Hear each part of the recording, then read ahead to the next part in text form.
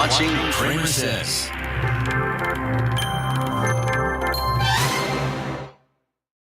Welcome. My name is Kramer. This is the CramerSez podcast. And we're live at 1:24 in the morning. I have had the worst night of my life in a long time.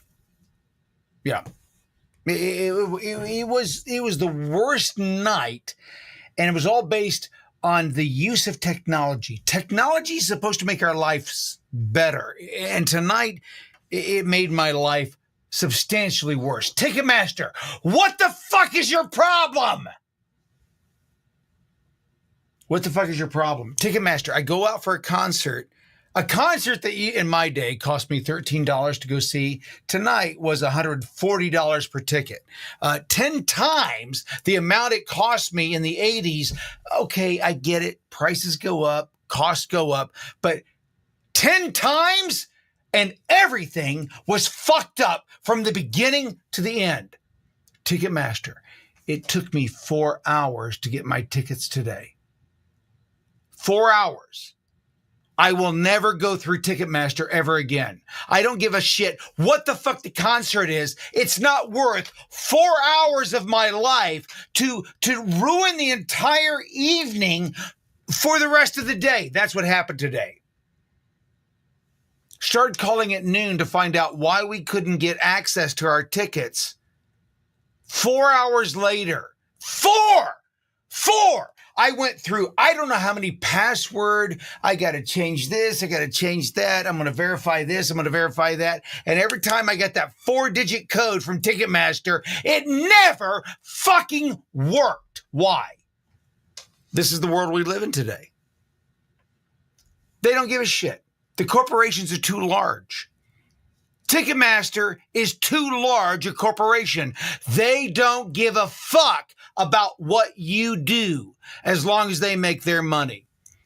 They can write off 10% in loss a year. They don't give a shit. It doesn't matter. You're the 10% they're writing off. The people that they disservice. And by the way, I came from this industry. I came from the entertainment industry, and I'm telling you, this is not how it's done. It should not take me 4 hours to get a fucking ticket authorized so I can go to the gate. If I don't have it authorized before I go to the gate, they won't accept it. They will not talk to me at the gate. I don't have a physical anything, and I can't get a hold of anybody. There's no one I can call at Ticketmaster and say, hey, listen, Rob, Beth, June, Steve, I have a problem. There's no one you can call. No one. In a world where there's no one you can contact for service about the product that you just bought, that product doesn't exist. It's in the wind. Today, we were told by people in Pakistan and India that, I'm sorry, I can't help you. I've done everything I can. Ticketmaster and StubHub cannot help you any further. Your $400 you spent on tickets is gone because we can't connect StubHub to Live Nation. We can't get those two to talk together. That's what I was told this afternoon. $400 down the drain, because they couldn't get their communication systems to talk together. I had paid the amount that I was supposed to pay. I could see that my tickets were there, but they wouldn't let me connect them. 4 hours of my day gone today. Folks, the reason I'm telling you this is not to bitch about my day. Everybody's had these kind of days, but aren't you tired of this shit? Aren't you tired of the technology that's supposed to make your life easier, making it harder? More difficult to connect. You can't get a hold of anybody. There's no corporation that wants to take your call, but they're more than eager to take your fucking money. There's no accountability. Why? Why is there no accountability in corporations? Well, there's no accountability in corporations because our government has no accountability to itself. Did you see what happened this week? After everything we've been through, after all of the things that have been said and all the comments that have been made about Jeffrey Epstein and all the crimes he committed, no, suddenly our government officials are saying there's no there there. if they won't protect your children, if the government will not protect your children from child predators, if they won't do the basics that it takes to protect your children from those who would sexually molest them or use them in any other way, if the government will not do that, that's the least they have to do. Our borders don't matter. Nothing else matters. If we cannot protect our children from those that would do them harm, if the government refuses to do even that, and that's what happened this last week. Trump said, "Oh, you're still talking about Epstein? What do you mean? I thought that was settled." No, it's not settled. The people who fucked kids have not been put in jail yet, Trump. You may be fine with a business deal here or there. Your kids have not been fucked. Maybe that's okay with you. But for the rest of MAGA, the rest of America, we're not okay with our kids being fucked by people from around the world and then you overlooking it because you're tired of talking about Epstein. We're not tired of talking about Epstein. In fact, Epstein has never been addressed. The DOJ tried to push everything under the rug. We found out what he was doing. We brought it to the surface. And now you're saying there's a problem with us bringing it to the surface? Trump, if you don't understand MAGA, the thing that you created, you don't understand America. Do you get it yet? We're tired of this bullshit. Tonight with Ticketmasters, I don't know if you're there yet, but I'm tired of America. I'm tired of this new corporate. We can't get anything done because corporate America owns and controls everything. There's no mom and pop. There's no Joe to call. You know, Joe the plumber. There's no Joe to call. Joe is a figment of our imagination. Joe doesn't exist anymore. Joe is a branding opportunity, a marketing opportunity, an advertising opportunity. Joe was an honest guy, and everybody in his community loved him. So we can leverage that to market to everybody. Here's the problem. Joe does not answer his fucking phone. If you're okay with that, if you're okay with Joe never answering his phone or worrying about your problems, then welcome to the new America. You're good. But if you're going to spend $25 for a drink at a Live Nation event, which I had plenty of tonight. I spent $200 tonight on drinks, $25 a pop. But I'll never do it again. Tonight was the last time I'll ever go to a Live Nation event, ever. And I will do everything in my power to tell everybody else not to go to a Live Nation event. You go to a Live Nation event, it's let's suck every fucking dime out of the American populace that we can. We're not going to give them a great concert. By the way, Teddy Swims is a great artist. I was very disappointed in everything that happened tonight. I came from the live entertainment industry. That's where I came from. I came from radio and TV. I was a radio guy for a number of years. In fact, I was surprised that there was no presenting radio station in the market for this artist. Teddy Swims is an upcoming artist, and there's no presenting station in the market. Why? Because it costs money to do that. They don't want to do that. They don't want to give a radio station 100 tickets to give away to promote a show. They don't want to do that anymore. No, they've decided that doesn't benefit them. Why? Because the same groups that own the concerts, okay, and all the venues own the fucking radio stations. They're not going to give any away. There's nothing given away for free anymore. There's no promotional shit. The same people who own your radio and TV stations own your concert venues. They own everything. And who's that? Vanguard, BlackRock, and State Street. They own it all, folks. How do I know? Because I worked for them. I worked for the companies that own all these companies. I've been saying it for the last 5 years. I've been telling you the truth for the last 5 years. Why have I been telling you this? Because they kicked all the talent out of that industry. I was one of the most highly rated midday guys in the country for what I did. I was funny. I was entertaining on a daily basis. I made housewives laugh during the middays. That's what my job was. I was really fucking good at it. I made a lot of fucking money. And when I realized that what I was doing was bullshit and started pointing it out, suddenly I'm on the outs. You can't do that. You cannot rock the boat. You cannot stop the status quo. The status quo wants to suffocate everyone that has a voice like mine. This starts to tell you hey, this is what's really going on. $25 drinks at a concert. It's unsustainable. I went up and I got a cocktail. A cocktail at a concert was $25 tonight. That's unsustainable, folks. I'll never do it again. I will never go back to another concert. I'm not, oh, Kramer, you're 60 years old. What do you matter? Because I'm rich. I have a lot of money. And I'm telling you, I'm not doing it anymore. I'm not playing by your rules anymore. I like Teddy Swims. Teddy Swims is not worth $1,000 to go see him for an evening. That's what it cost. By the time you add everything in, it's $900 for an evening to go see Teddy Swims. I'm not doing it anymore. Now, that was a birthday gift. It was my 60th birthday. And I appreciate it, and that's fine. But everything from the beginning to the end was terrible.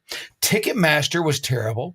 You cannot deal with a company that does not have somebody that you can contact that speaks English. I'm sorry. I talked to somebody in Bangladesh. I talked to somebody in Pakistan. I talked to somebody in India. I cannot connect with them because they have no fucking idea what the fuck I'm talking about. If you're so fucking cheap that you think that customer service can be outsourced to a foreign nation, I'm not doing business with your company anymore.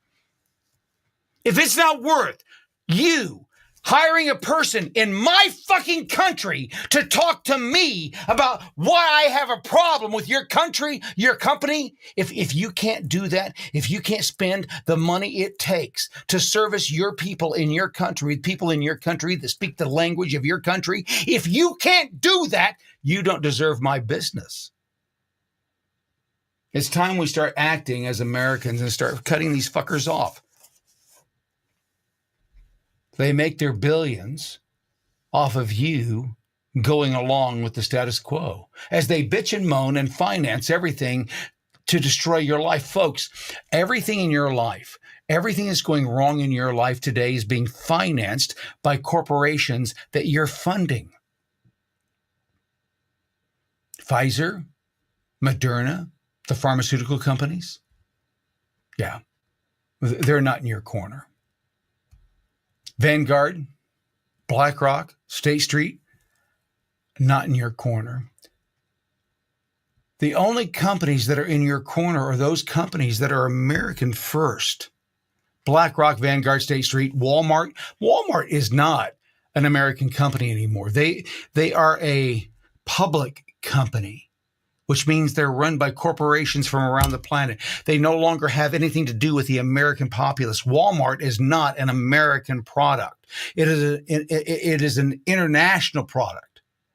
McDonald's, not an American product. American Steel, not an American product. We can keep going down the line of what American products are not. The things that we think of on a daily basis of American products are not American. The beer that we drink on a regular basis is Ambev, which is owned by Germany. It's not even an American product. Nothing that we have in America is American anymore. That's why we're in the situation that we're in, because these multinationals, these foreign nationals, and these fucking idiots that have ruined their countries around the planet are now running our corporations. Think about it. The third world is coming into our nation through our corporations. We're told that if we don't abide by the globalist standards, that there's something wrong with us. No, there's nothing wrong with us. We have higher standards. We're the greatest country on the face of the earth because the best, not the blackest, not the whitest, not the brownest, not the yellowest, not the ones with eyes that go this way or this way. That doesn't matter. In America, it's what's best is best. Why do you think, and I'm going to say it, why do you think the NBA is all black? There's some white guys in there, but why do you think it's all black? There's a reason for that. Those players are the best. Doesn't have anything to do with their skin color. Some will think it does, but it doesn't. They are the best. That's merit. They are better. They are faster. They jump higher. That's not me. That's not Jimmy the Greek saying that. Those are the facts. That's not stereotypes. That's not racist. There's a group of humans on this planet that are better at jumping higher and placing a ball in a basket than other people in the place. They're beating out the Haitians. They're beating out the Hispanics. They're beating out the Asians. They're beating out the whites. I don't have a problem saying that. There's a group of people on this face of the earth that can run faster and jump higher and place a ball in a basket faster than others. You're a racist. I'm stating facts. If you think that that's a problem, and by the way, if there were white guys that could do it better than the black guys, the white guys would have their jobs. That's the market. I believe in the market.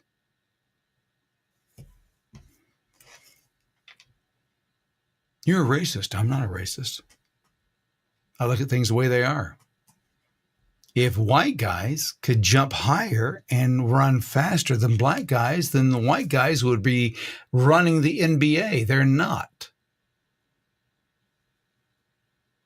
So what we found is that there's a job for really tall, really fast, really athletic, really aggressive black guys. That's what we found. Okay, how many jobs are available? On average, about 600 a year. Okay, so what are the rest of you black guys going to do? Yeah, that's what us white guys have come to the conclusion of. Yeah, that's what's funny, right? You see this as racist. I don't see it as racist. I see it as looking at the facts the way that they are. There's only so many fucking positions in the NBA and the NFL and the NHL and the NBA and all the other sports. There's only so many positions. So once those are gone, what the fuck you going to do? You going to learn how to rap, write country music? What are you going to do? How are you going to become a star? Most people aren't stars. Most people go to work every day hating the job. My dad, I mean, I love him to death. He and I did not agree on a lot of different subjects, but my dad worked a job his entire life that he hated. To put food on the table and a roof over our heads. Now, I realized that. He and I didn't see eye to eye, but I always realized what my dad did, the sacrifice that my dad made. He had a lot more talent than he ever exercised. He gave me the opportunity to go and do what I did. I've had a great career. I made a lot of money. That's why I can do what I do now. That's why I can speak the way that I speak.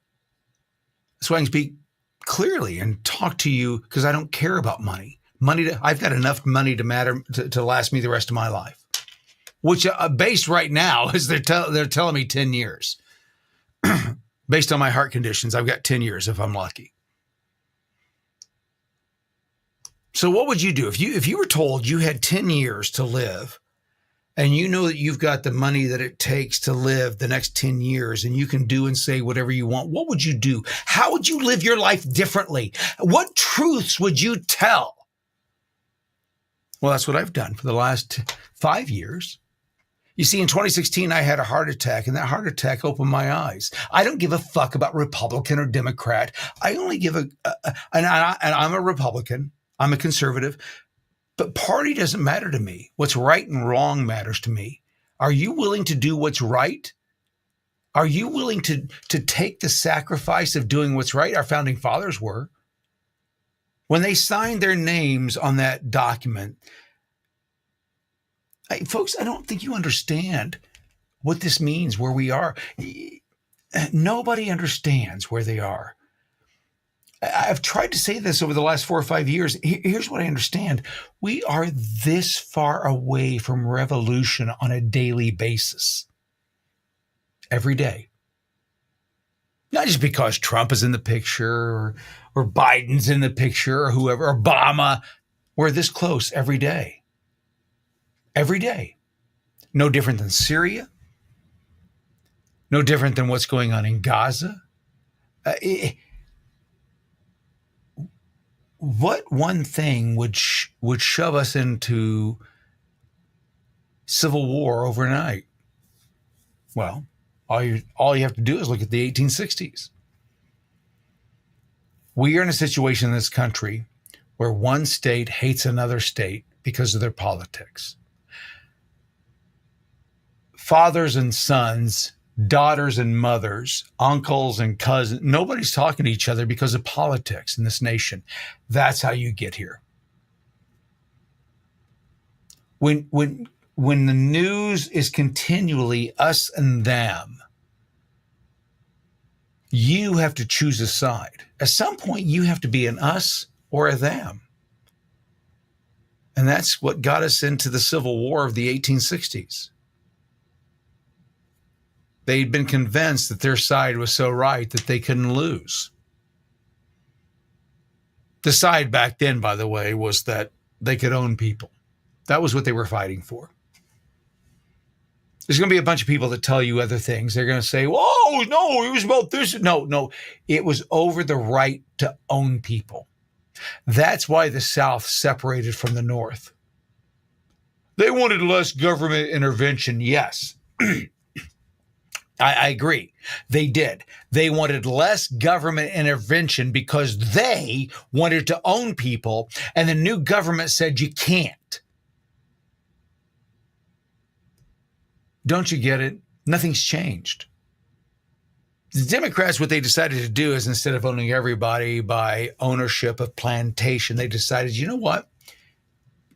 We should stop doing this small scale shit and let's make everyone a slave to the government. You own a piece of land. You paid for it. Is it really yours? It's not. State wants a piece of that every year. You got to pay the state a piece. You got to give them a check every year for the right to own land. You never stop being a slave to the state, ever. And if you don't pay it to the state government, then you pay it to the county government, you pay it to the city government, you pay it to the federal government. At some point, you're going to pay to be alive. There's a tax to be a human. Think about that. In America, where our founding fathers went to war with the government because of taxes, you're never free, ever. And then the companies learned, hey, wait a minute. Why are we fighting government? Why don't we just become a friend with government and we'll do the same thing? And we'll work in partnership together to where law and corporate policy are unison. Aren't you tired of it? Aren't you tired of every day you go to work and you find out one more way you're being fucked? Wouldn't it be nice if somebody were working in your corner on a regular basis? I got to think that at some point people would.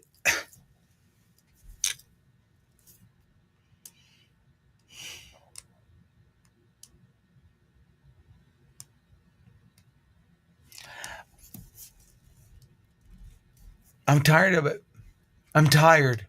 I'm 60 years old and I'm tired. I'm tired of working every fucking day. I'm tired of grinding it out and finding out that I'm being fucked one more way. I got to tell you, I've been a large supporter of Trump over the last several years, but the last 6 weeks, I've lost more and more trust in the man. I got to tell you, I think we've been suckered. Being told that Epstein isn't an issue. Ghislaine Maxwell's in prison for transporting kids somewhere. Who the fuck fucked them? Who fucked them? Who fucked the fucking kids? Who fucked them? I don't care who transported them. I don't want to put that person in prison. I want to find the person who stuck their dick into somebody else against their will. That's who I want to find. That person. Because I'm not allowed to do that. I'm not allowed to put my dick in people against their will. And if I can't do it, then nobody can. Does that make sense? Burisma. I can't get tens of millions of dollars out of a foreign nation to fund my family. If I can't do it, nobody can. So Hunter's got to be looked into. The Biden family has to be looked into. And now we're being told, no, that's not going to happen. We're going to look into Comey and Brennan. Yeah, that's a 2-year investigation. Nothing will ever happen. These men who were traitors to our nation, who sold us out, the Trump administration is not going to do anything. Bondi, Patel, Dan Bongino, these people who made their careers off of, we're going to go fuck these fuckers up. We're going to go find them. We're going to go track them down. We're going to go get them, are now telling us, fuck you. Those kids who got fucked by the rich, there are people above the law. Yes, you can stick your dick in the asshole of a young person as long as you have enough money and can contribute to the right political parties to the right amount. What we've realized is MAGA is not immune to this. MAGA has been bought off. Yes, I'm disgusted. The promises that were made, the promises that were made by the ones on the right are no better than those on the left. Civil war is the only thing that's left. And that's on the left or the right, right? If you want your way on the left or you want your way on the right, the only way is to do it by civil war, because our politicians are no longer, they don't listen to the American people. The fact that I have to have a conversation with a grown adult about how many fucking genders there are on the planet, that should tell you everything you need to know. Well, you can't talk about that. What do you mean I can't talk about that? Listen, I don't know about you, but animal husbandry says that regardless of what you believe, only 2 fucking sexes. A pig, male, female, makes another fucking pig. A male pig and a male cow don't do shit. Those are objective truths. If you believe anything other than that, then you're a fucking moron or an ideologue, and you're crazy. I'm sorry. The insane asylums are far too empty. We need to, it's my opinion, and maybe I'm wrong, fewer prisons, more insane asylums. I think there are far more people that are criminally insane or insane than there are criminals. I think our system is creating more and more insane people because the dichotomy of living on a daily basis, folks, it's impossible to do this. You can't think on a daily basis the way that these people think. There's unlimited genders. There's unlimited sexes. There's only 2 base models. I don't care how many genders there are. I don't care how many different things you want to be. There's only two base models. That's it. Male, female. You either come with an innie or an outie. Oh, I don't know how I feel about that. Doesn't matter how you feel about it. If you stick your innie into somebody's outie or vice versa, you're going to have a baby at some point. You do that enough, you're going to have a baby. Doesn't matter how you feel about it. You may feel like you're a full-blown on woman with a dick. And I tell you what, if you stick your woman dick into a chick who feels like she's a man, into that male vagina, you're going to have a baby. Doesn't matter what you fucking think. Biology's biology. That's why we don't give a fuck what you think. It's time for the American people to grow a set of fucking balls and tell these crazy people, get the fuck out of here. We're done with your crazy. But most people don't have the balls to do that. That's why there's people like me. We'll be right back after this. You're watching the CramerSez Project. Global news with local views. From the halls of Congress Across the nation. and around the globe. You're getting the latest news and conservative views. You're watching the CramerSez Project. Global news with local views. CramerSez returns after this message from our partners. Introducing Tusk, With Tusk, you get uncensored news and secure browsing. all while protecting your privacy. Choose the news you trust and take control of your internet. Join the free speech revolution with Tusk. Download Tusk today at tuskbrowser.com. The CramerSez Project is back. With global news and local views. You're watching the CramerSez Project. You're watching CramerSez. Welcome. My name is Kramer. This is the CramerSez podcast. I have been remiss in not doing this as often as I've wanted over the last few months since the election. I said that once the election happened that I would be here less and less. For a lot of you that follow what I do, it's been a weird it's been a weird mix over the last several years. At the beginning of COVID, I ran a very successful national advertising agency. We work with companies around the country. And within a 2-day period, our company was basically destroyed. So we were in the live entertainment and retail automotive sectors, meaning car advertising, live entertainment, concerts. If you've ever been to a monster truck ad in your monster truck event in your life, there's a good chance that it was you went there because you heard one of three voices, mine or two other buddies of mine, right? I was the Sunday guy for a long time across this country. The other two guys that are really, really good at it, they were buddies of mine. We've all worked with each other over the years. There's one left. I'm not one of them. The company that I worked with, Bonnier, went out of business. They were put out of business over the pandemic.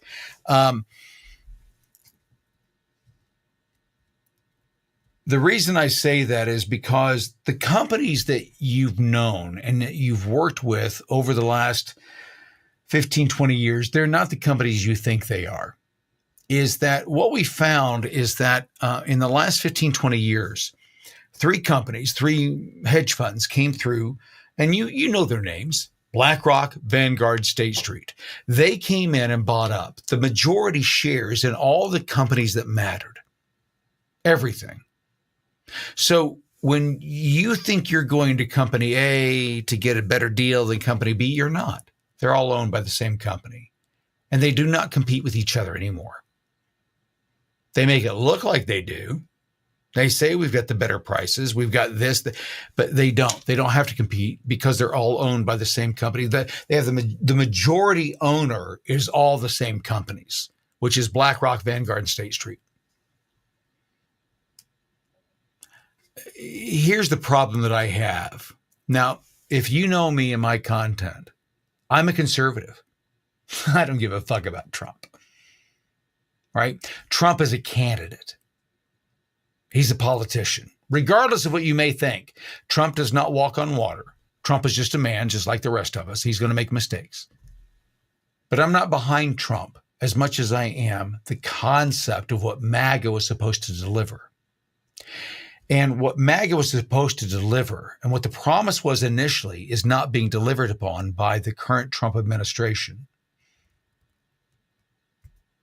Transparency was the number one thing. Transparency.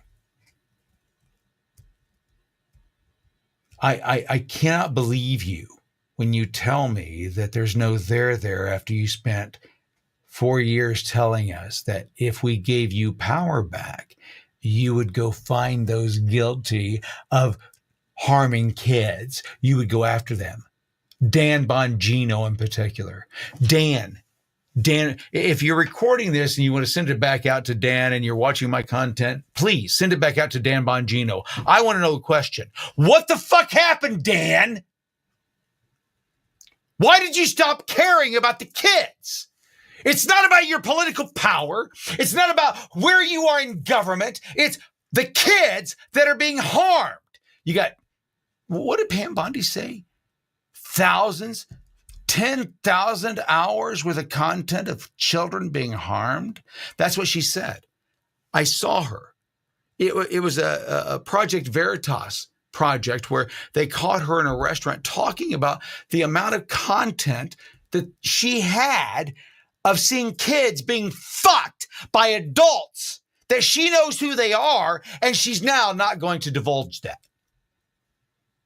Is this what you voted for? No, it's just more of the same. The status quo continues. We were sold a bill of goods. The difference is that we were sold a bill of goods and now we can say they didn't deliver. It's time to fucking deliver. Here's the thing, Democrats, you have the opportunity to deliver. Will you out those that are fucking our kids? Independents, do you have the information of who's fucking our kids? Will you divulge that information? Or do we have to hang all of you motherfuckers all at one time to get to the fact of who's fucking our fucking kids?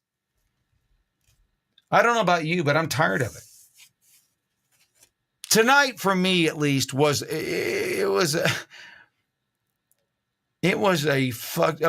wife meant to deliver a great evening, and it was just fucked up. Had nothing to do with her. She did everything right. She bought concert tickets and thought that it was just going to be an easy deal. It's not. Live Nation is Live Nation is terrible. And by the way, I worked for Live Nation. I know the CEO. So Live Nation sucks, Joe. I'm tired of our lives being promised to be made better by technology, and it's just continually worse. More disconnected. We're supposed to be more connected, and we're less connected than we've ever been in my entire life. There's no one I can call to get customer service. No one. You can't get a hold of Uber. You can't get a hold of Live Nation. You can't get a hold of anybody. There's no one you can call. Why? That's what they want. They want to take your money without any accountability. Fugazi. It's out in the ether, baby. You think it's going to get better? No. It's not going to get better. Here's the thing I don't get. Uber is a great example. It's so simple. I have an email. You send me a code via my email. I put it into your system. It verifies who I am. I did that for 2 hours tonight. Couldn't verify who I am. Uber, why can't I verify who I am through the system that you've set up to verify who I am? And then when you try so many times in an evening, it says, oh, you must be somebody fraudulent. No, I just want to find out where the fuck my phone is. I can't do that because I don't have my phone. I've got every other source of information you need. I've got my login. I've got my password. I've got everything. But since I don't have my phone, I can't access your account. Then you're useless to me. If I can only access you through the device that I've misplaced somewhere, then you're useless to me. But nobody thinks that way. No engineer thinks that way. See, that's the problem. My company, what we did is that we've always been in between the engineer and the user. Okay.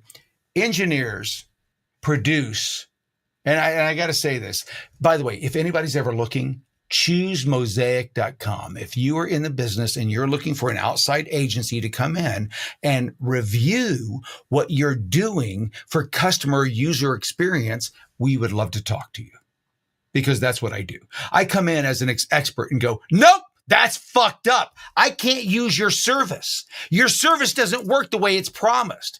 It does, because what I do is that our group comes in and we break your service.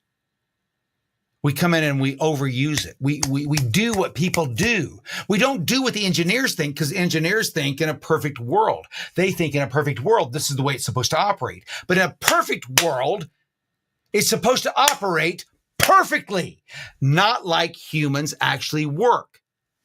That's what I understood years ago. That's why we come in and we go, yeah, that doesn't work, because people don't work like that. You're thinking like an engineer and not like people. People don't think like that.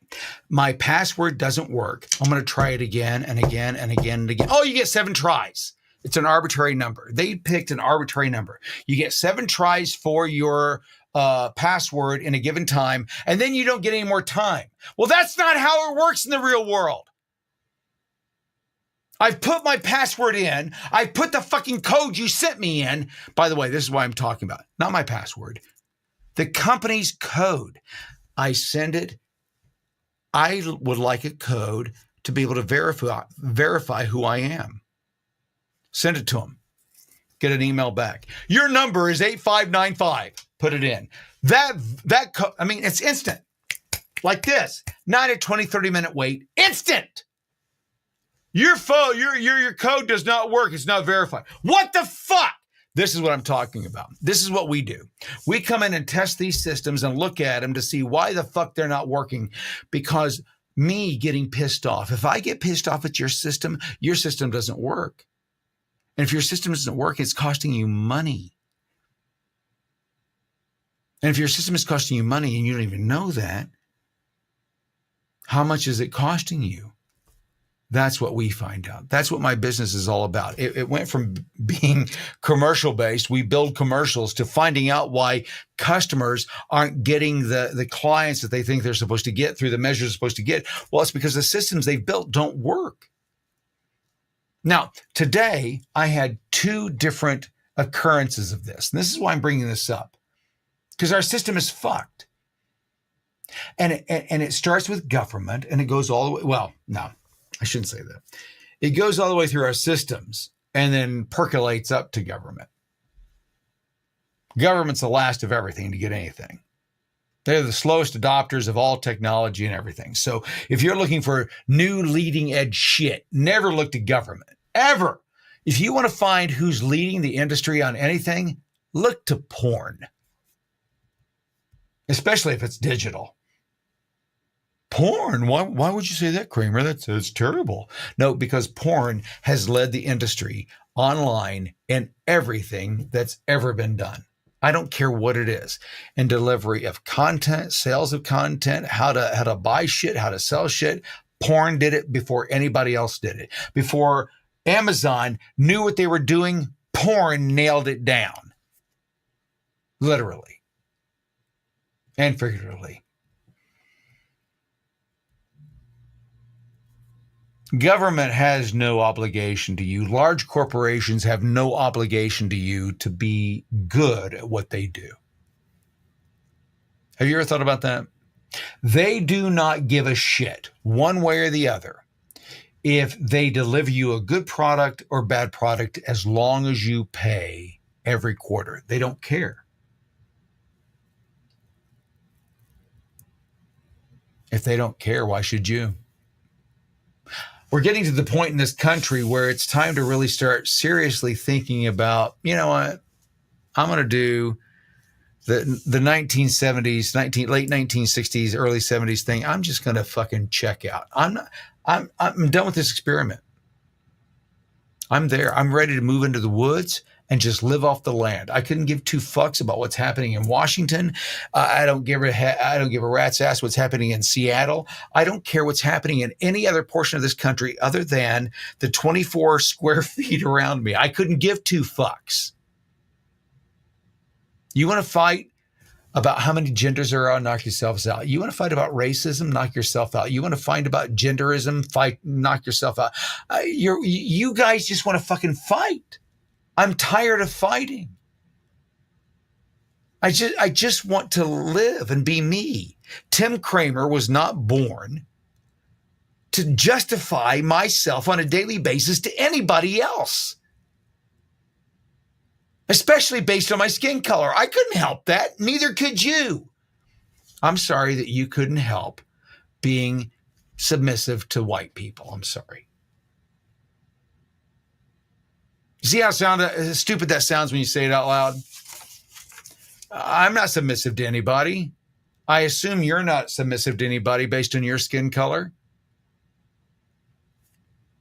I wouldn't be submissive based on my skin color. I can't assume that anybody else is. So to assume that I'm oppressive just because of my skin color, well, that's kind of racist, don't you think? Just using your logic. But I'm tired of it. I'm so fucking tired. All I want to do is go fish. That's all I want to go do. I want to go fish. I told my wife, if I could just go fish and not ever have to worry about this shit ever again, I wish I could, but I can't. And the reason I can't is because I've got kids and grandkids, and it's only getting worse.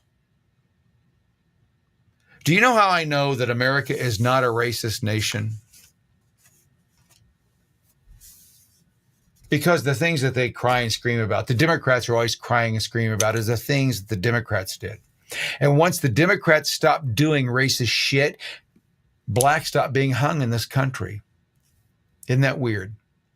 The moment the KKK, founded by the Democrats, stopped doing what they were doing, that kind of shit stopped.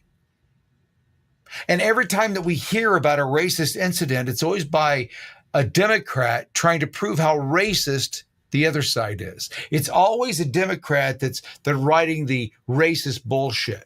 And today we find, if you watch, when's the last time that you, as a conservative, as a member of MAGA, drew out the swastika? When's the last time you did that? You haven't. But Democrats do it on a regular basis. In fact, I have to think in my mind, I have to go look at an actual swastika to see how it's drawn, to draw it, but not Democrats. No, because as soon as they take to the streets to protest, the first thing they do is write a swastika. The first thing they do is create a sign that has a swastika and then try to tie it to everybody. That's called projection. They drew the swastika. They decided to use it as a marketing ploy. They're the only ones using it. Democrats are the only ones promoting the swastika. That's it. I go to a Trump rally, I go to a Republican rally, I don't see any swastikas. I only see swastikas when Democrats are involved, when leftists are involved, when progressives are involved. You see, we have moved past the swastika. We believe in freedom for all, but not you guys. You guys are still using the symbols of the 1940s because that's what you're locked into. You're locked into the symbols of the 1860s because that's what your party knows. Democrats are the party of slavery. Democrats are the party of Jim Crow. Democrats are the party of segregation. Democrats are the party of rioting in the streets when they don't get their way. It's not Republicans. It's not conservatives. How do I know that? I'll tell you how I know that. I went to a concert tonight where, although the experience was terrible, Live Nation, the whole event. And by the way, I will be calling the CEO of Live Nation. I worked for the corporation for a number of years, so I will be calling him directly and say, listen, what the fuck are you doing? But I go to an event tonight that was heavily attended by lesbians. I mean, there were so many dykes in the crowd. But when I say dyke, I'm using that term exactly as it's meant to be used. You know who I'm talking about.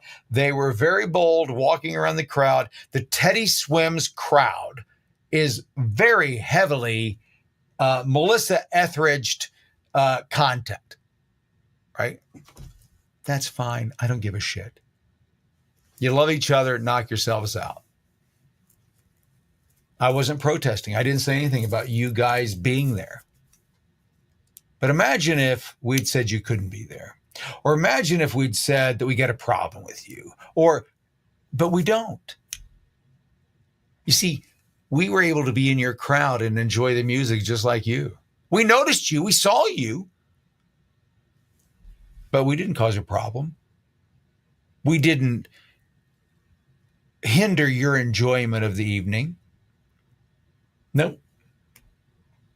In fact, I hope you had more fun than I did. Because I got to tell you, the Live Nation bullshit and the Ticketmaster bullshit was total bullshit.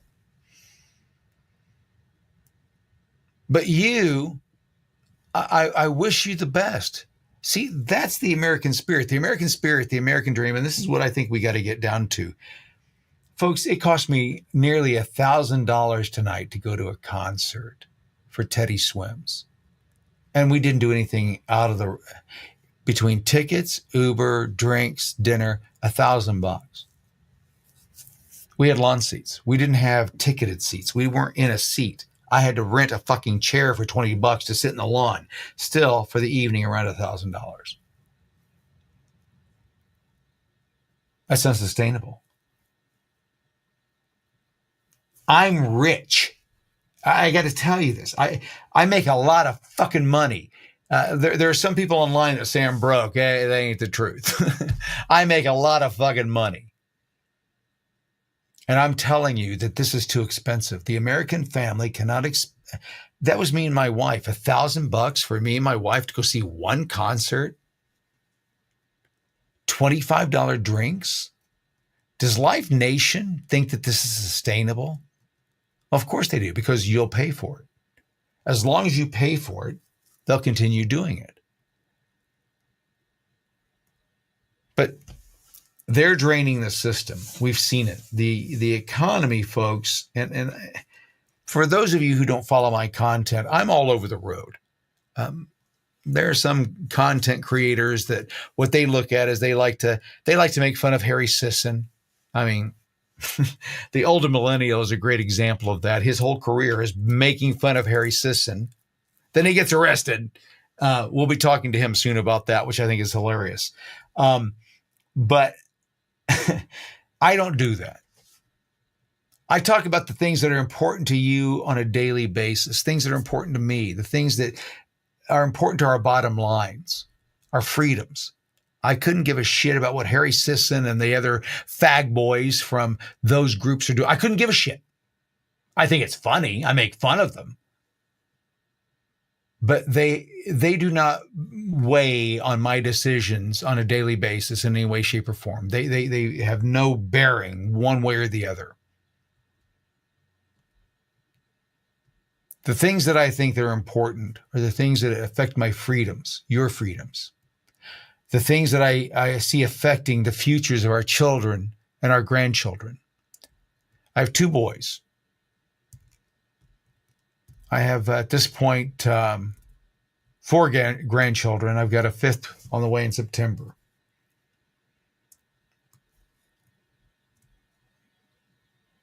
And our kids can't grow up the way that the future set up for them. It's unsustainable.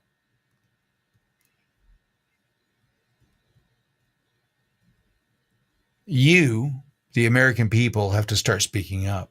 You've got to be more pissed off. You've got to have the anger that I have I love my country. I hate my politicians. We have so much potential.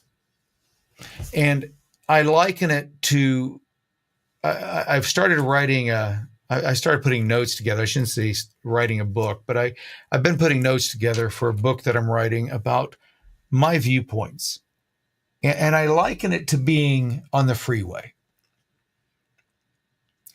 And the book title is Views from the Right Lane. Do you know how many times I've been in the right lane passing everybody? Everybody's in the left lane, the passing lane, all lined up one behind another, and I'm passing them, doing the speed limit in the right lane. In the right lane, I'm going faster than everybody else in the left lane because there's one motherfucker up front that is holding everybody up. That is our government. Those are the Karens. The person in the left lane is the person holding everybody back from doing what's best all the time. We were supposed to have flying cars by this point in our history. The Jetsons, remember the Jetsons when we were kids? That was 2024. That's when that year, it was set in 2024. We were supposed to have flying cars by 2024. That's where our scientists had us, and our government and the people riding slow in the left lane have slowed America down from having our fucking flying cars and robots that make us breakfast every morning. You think I'm crazy? I'm not crazy. People in the left lane that don't know how to pass, that don't know how to drive any faster than 4 miles below the speed limit are the ones keeping the rest of us from being able to exceed and do what we can do as a country, what we can do as a nation. Those who have no vision are in control of where we're going as a nation. I thought that Trump and his team had it together. I think we were misguided. Now, I'm glad that it's not Biden and his crew and Kamala and her crew in there. But we got to ask ourselves, if the status quo continues, is it any better? If we're told that the people that Ghislaine Maxwell is in prison for transporting kids to go fuck, that there's no people out there that actually fuck kids, then why is Ghislaine Maxwell in prison? So you're telling me that America locks up innocent people based on politics? You're not going to free Ghislaine Maxwell as soon as possible? Or is it that we have people who fuck kids and who they are is far too sensitive? Affects too many industries. It would disrupt too much. I don't think the American people care. In fact, I know they don't care. In fact, I know that if you told Democrats or Republicans that their kids were being fucked by Democrats and or Republicans, or all of them all at the same time, I'll guarantee you that once you got past the first group or so, the rest of them would say, you know what, hang these motherfuckers. I can guarantee you, if you harm one of my grandchildren, my boys are old enough to take care of themselves. They get fucked. That's on them. But one of my grandchildren, you harm one of them,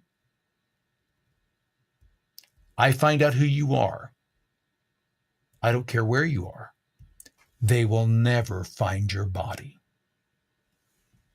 That's a promise.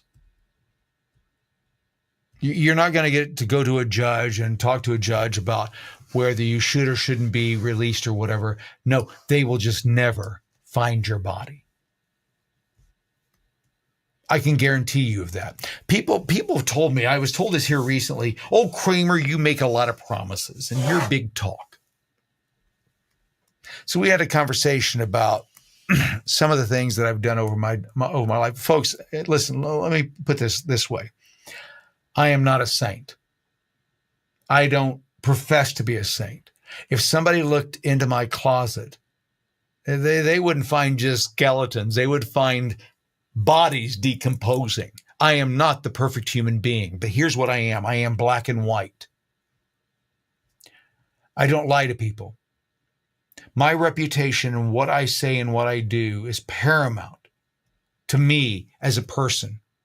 That's why I've come to you over the last 4 or 5 years saying the exact same thing over and over. I've worked with these people. I have worked at the height of corporate America. I've worked at the height of politics with inside state and federal. I'm telling you, you cannot trust these people. None of them. They're all corrupt. They are trying to get away with as much as they can get away with for as long as they can get away with it. No different than Bernie Madoff. Bernie Madoff was the Prince of New York. They praised him. They gave him awards until they put him in prison.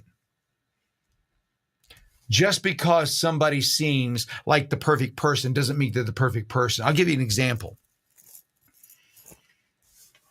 There's a gentleman in the city of Indianapolis, call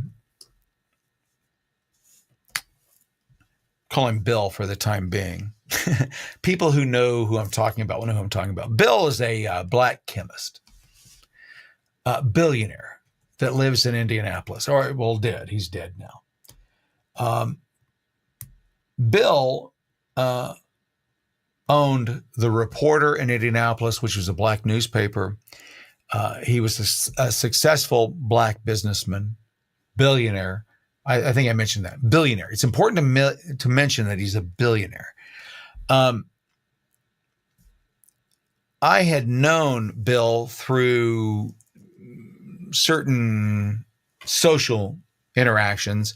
I was in media here in Indianapolis, and Bill owned a black newspaper, and we had been in the same environment. We had never actually met. The first time that I actually met Bill was in the law offices of a high-end attorney here in town. And the attorney called me because he goes, "We got a problem." I said, "What's the problem?" He explained it to me. And he says, "Is there any way that your company can help prove that he's innocent?" Sure. Well, let's see. So we went, this is a Thursday morning, Thursday afternoon, we were, and by the way, this is how things work when you've got a lot of money. We were told what was going on, that there was a budget. And I said, okay, well, then the clock starts now, and it's $10,000 a day until we come to a conclusion. They had no problem spending $10,000 a day. It didn't matter what we came up with. They were happy. $10,000, not a problem.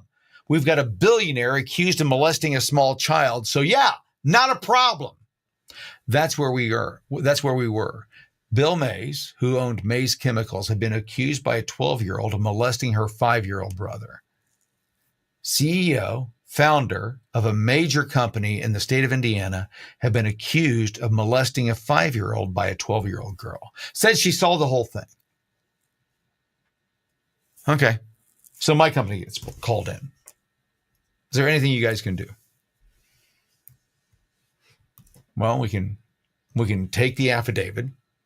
We can look and see if what she said happened is possible. Then we can go from there. That's all we can do. So we built a 3D model of the entire house, took her affidavit, scored it against what she said in the 3D model, and found out that what she said was impossible to have seen. You couldn't have seen what she said happened.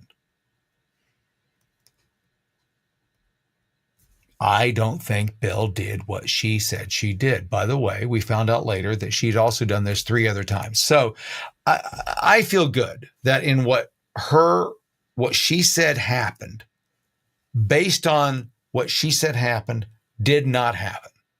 I'm good with that. We did the science. It does not match. When questioned on it, she couldn't answer the questions. And as a 12-year-old, here's the thing. Bill Mays walked. There was no trial. Here's the problem that I have, is that on Thursday, I got called by the attorney, and on Monday, we met with the prosecuting attorney for Marion County. Well, his assistant. It was Carl Brizzi at the time. We met with his assistant and talked through the process that Bill couldn't have been guilty. There's no way that Bill could have been guilty. Now, the reason I bring this story up is because in my younger days, I was not immune to having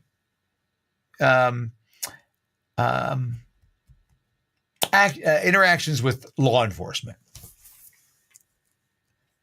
And I had my own issues with the law. And suddenly I saw that if you're a billionaire, the rules are different. If you're a billionaire, your attorney can hire a very powerful and very creative group. By the way, that's what Mosaic is. If you ever have a chance to go look us up, choosemosaic.com. But our group was able to get their billionaire out of a sexual assault charge. And it only cost him $52,000. That's what it cost, the whole thing, $52,000. Nothing for a billionaire, $52,000 to get out of a sexual assault charge is nothing. We convinced the prosecuting attorney, you don't have a case here, before it went to trial. That's what money does for you. You don't have the ability to do that. I don't have the ability. And if it wasn't for the fact that I know how to do what I do, my situation may be different than yours or that one. Maybe I can't help me. But I know that Bill Mays I helped. It cost Bill Mays $52,000 to get out of a sexual assault charge against a child. How much would it cost you? Well, I don't know what it cost him for his attorney. I'm sure that I know Jimmy Voiles. Jim is not cheap. So if you know Jim Voiles in the state of Indiana and Indianapolis, you know that he's a top line attorney. So when Jimmy Voiles calls me and says, hey, listen, I got this or this going on. This is what I've realized, folks. And this is why I tell you this. The system doesn't work for you if you don't have money. The system is rigged. Trump is right. It's rigged for the rich. I've seen it in action, not just once, but multiple times. That's just one story I tell. The reason I can tell that story is because, well, Bill Mays is dead, and my agreement with him is null and void. I can tell those stories because I've done what I've done. Here's the thing. The majority of influencers that you will meet on social media are just bullshit. They have not had anything to do with what they're talking about at all. If you go back and look at my record and what I've done over the last 40 years, I have always, no matter what I've been involved with, what my passion is, I find out where I need to be and then arrive at the top of that. It's why when I said, hey, listen, I want to get more involved in this, and this, that those things happened. Now, that's not me bragging. I don't want this looking like I'm bragging about myself. What I'm trying to instill in people is that, folks, we have a very short window in this nation to save our nation. We are 3.5 years away from civil war. And if you don't see that, then you're not looking at all the indicators. We are 3.5 years away from civil war. It may happen before then, but that's how fucking close we are. Oh, Kramer, you know what you're talking about. Right. You're absolutely right. I keep calling it time after time after time because human nature does not change. And where our nation is in history does not change. And where humans deal with each other and how they deal with each other over time, especially an 80 to 160 year period, doesn't change. It doesn't change. Human nature is locked in. It's a DNA pattern. So if you understand that, then you know that what we did 160 years ago, we're about to repeat. It's just going to happen over and over and over again because people forget what they went through the last time. You don't know what your grandparents suffered. You've heard the stories, but you didn't suffer those stories, so you don't do the same things. So you don't think it's nearly as important, and they're crazy. That can never happen again. And then boom, it happens to your fucking grandchildren. No, it didn't happen to you. It happened to the group in front of you and the one in front of them. And that's what I'm concerned about. I'm concerned about my children and my children's children. We've gotten so locked up in us and them. I don't give a shit about us and them anymore. Republican, Democrat, it doesn't matter. Either you're for us or you're against us. That's it. I don't care if you're gay. I don't care if you're straight. I don't care if you're black. I don't care if you're white. I don't care what color you are. Let's all succeed together. Let's get this fucking chip off of our shoulders. We're not racist as the people. The only people that are racist are the ones making money saying that everybody's racist. We're not racist. How do I know? Because when a car accident happens, nobody races up to it as it's on fire and going, hey, is that a white person? Is that a black person in there? Is that a Hispanic? No, they go, let's save this life. That's how I know. That's how I know we're not a racist nation. You know how I know we're not a racist nation? Because people don't make their donations based on race. They don't say, I only want to help the black people. I only want to help the white people. I want to only help the people with eyes like this, or skin darker, or more melanin than I. They don't say that. I want to help people. My fellow neighbor.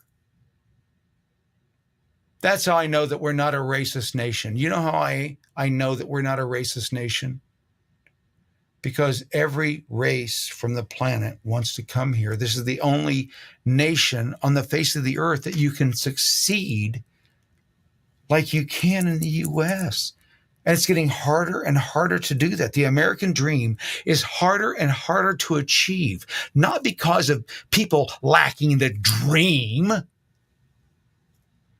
but because of politicians and the rules and the limitations that they put on dreams. You can't do this. You can't do that. If you do this, you do that, we're going to come after you.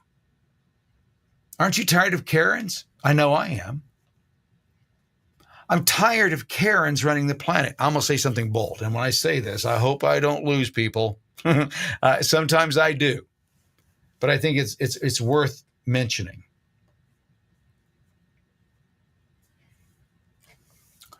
The more feminine, the more caring we have become as a people, the worse our society has gotten.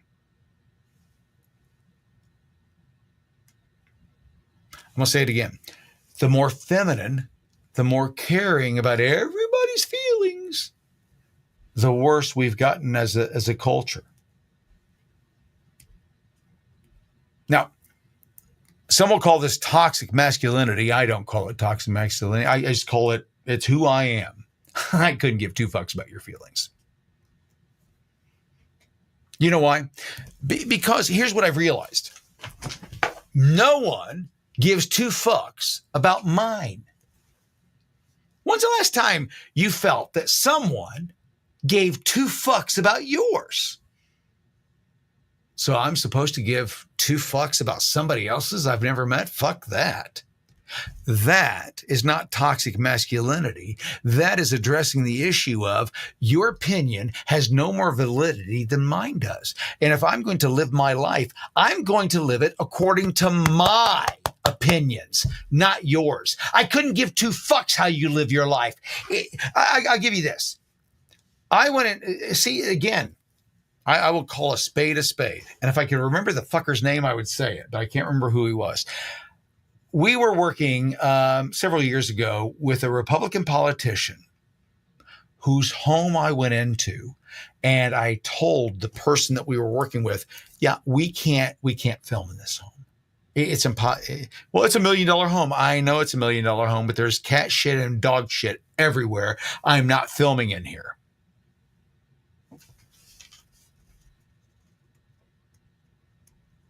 Yeah.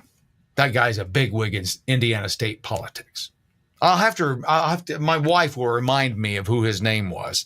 I'm really bad about that. I don't remember the names. I just remember the circumstances, but it was terrible. The house stank. It's $1 million home full of dog shit and cat shit embedded into the fucking carpet. And this motherfucker wants to tell me how I have to live my life? Now, if I'm telling you that about a Republican, what do you think is happening with Democrats and independents and everything? Folks, the people best at running businesses, the people best at running things, guess what they do? They run things. That's why I went to D.C. a few weeks ago. I was asked by a group here in Indiana to run for Congress in the 4th District. Wanted me to go against Jim Baird. They're going to give me all kinds of money. Went to D.C. to meet with some of the bigwigs, and met with the oil and gas people, and they wanted to make sure that I was on board with carbon sequestration, which is, I don't know if you're familiar with that, but carbon sequestration is the process of pulling carbon out of the air, turning it into a sludge, and then shooting it 3 miles into the environment. I mean, straight down into, they don't know what it does. And that's the first question I ask. Well, okay, I got to ask because I'm a devil's advocate. Okay, so I go out and I promote this. And then, I don't know, 5 years, 10 years, 20 years later, it pops up back through the surface and turns our water supply into carbonic acid, because that's what happens. If you take carbon and you shoot it into limestone and then it leaks back up, when it comes back up through the limestone into our water supply, it becomes carbonic acid. So what are you going to do when that happens? You know what the answer was? This is from people that were willing to give me $2 million for my campaign. You know what their answer was? Their answer was, well, why do you worry about that? That's 20 years from now. That's number one. Well, because my grandchildren will be here, motherfucker. That's why I'm worried about it. By the way, that was my response. That's why I decided not to run for Congress. I realized the system is so fucking corrupt. It's so fucking corrupt. There's so much fucking money. There's so many special interests. It's so fucking corrupt. We cannot solve it in DC. DC is dead. We should look at DC as a dead entity. That's where corruption goes to blossom. That's what we should look at it as. We should look at it, if you've got a state rep or you've got somebody from your state that is talking about, hey, I'm going to DC, they are corrupt. The people that I was meeting with were MAGA oil guys. MAGA oil guys telling me that we needed to take carbon, suck it out of the air, shove it into the ground so that we can keep the greenies happy so they can continue to pump oil. So what's the benefit? There's a potential downside. What's the benefit? Oh, it's these communities. What do you mean? Well, these communities that are getting these carbon sequestration plants, they're going to be made rich. We're going to pour billions into these communities, and these poor communities that aren't doing anything right now, so what's the industry? What do they have that they make or they build that they can continue that is outside? Well, nothing. It's just us. So the moment you stop pumping carbon into the ground because you find it beneficial politically today, that's over, right? This is the conversation I'm having with them. Obviously, nobody had ever had this conversation with them because you know what they told me? They said, well, they're looking at the people that brought me. They're going, well, I didn't know he was going to be such a problem. Why is he being such a problem? They're not used to being asked questions. They're not used to being told, you've got to tell me why you believe what you believe. And now that we're seeing what we're seeing from Mangino, Bondi, Patel, and now Trump, folks? Have we been sold down the river? Was MAGA just a marketing campaign? Did we all buy into the wrong thing? Was it just another ploy for the establishment right to play a new trick? Oh, we're going to trick them all. We're going to make them think they've got a choice. They don't have a choice. I think it's time that the American people wake up to the fact that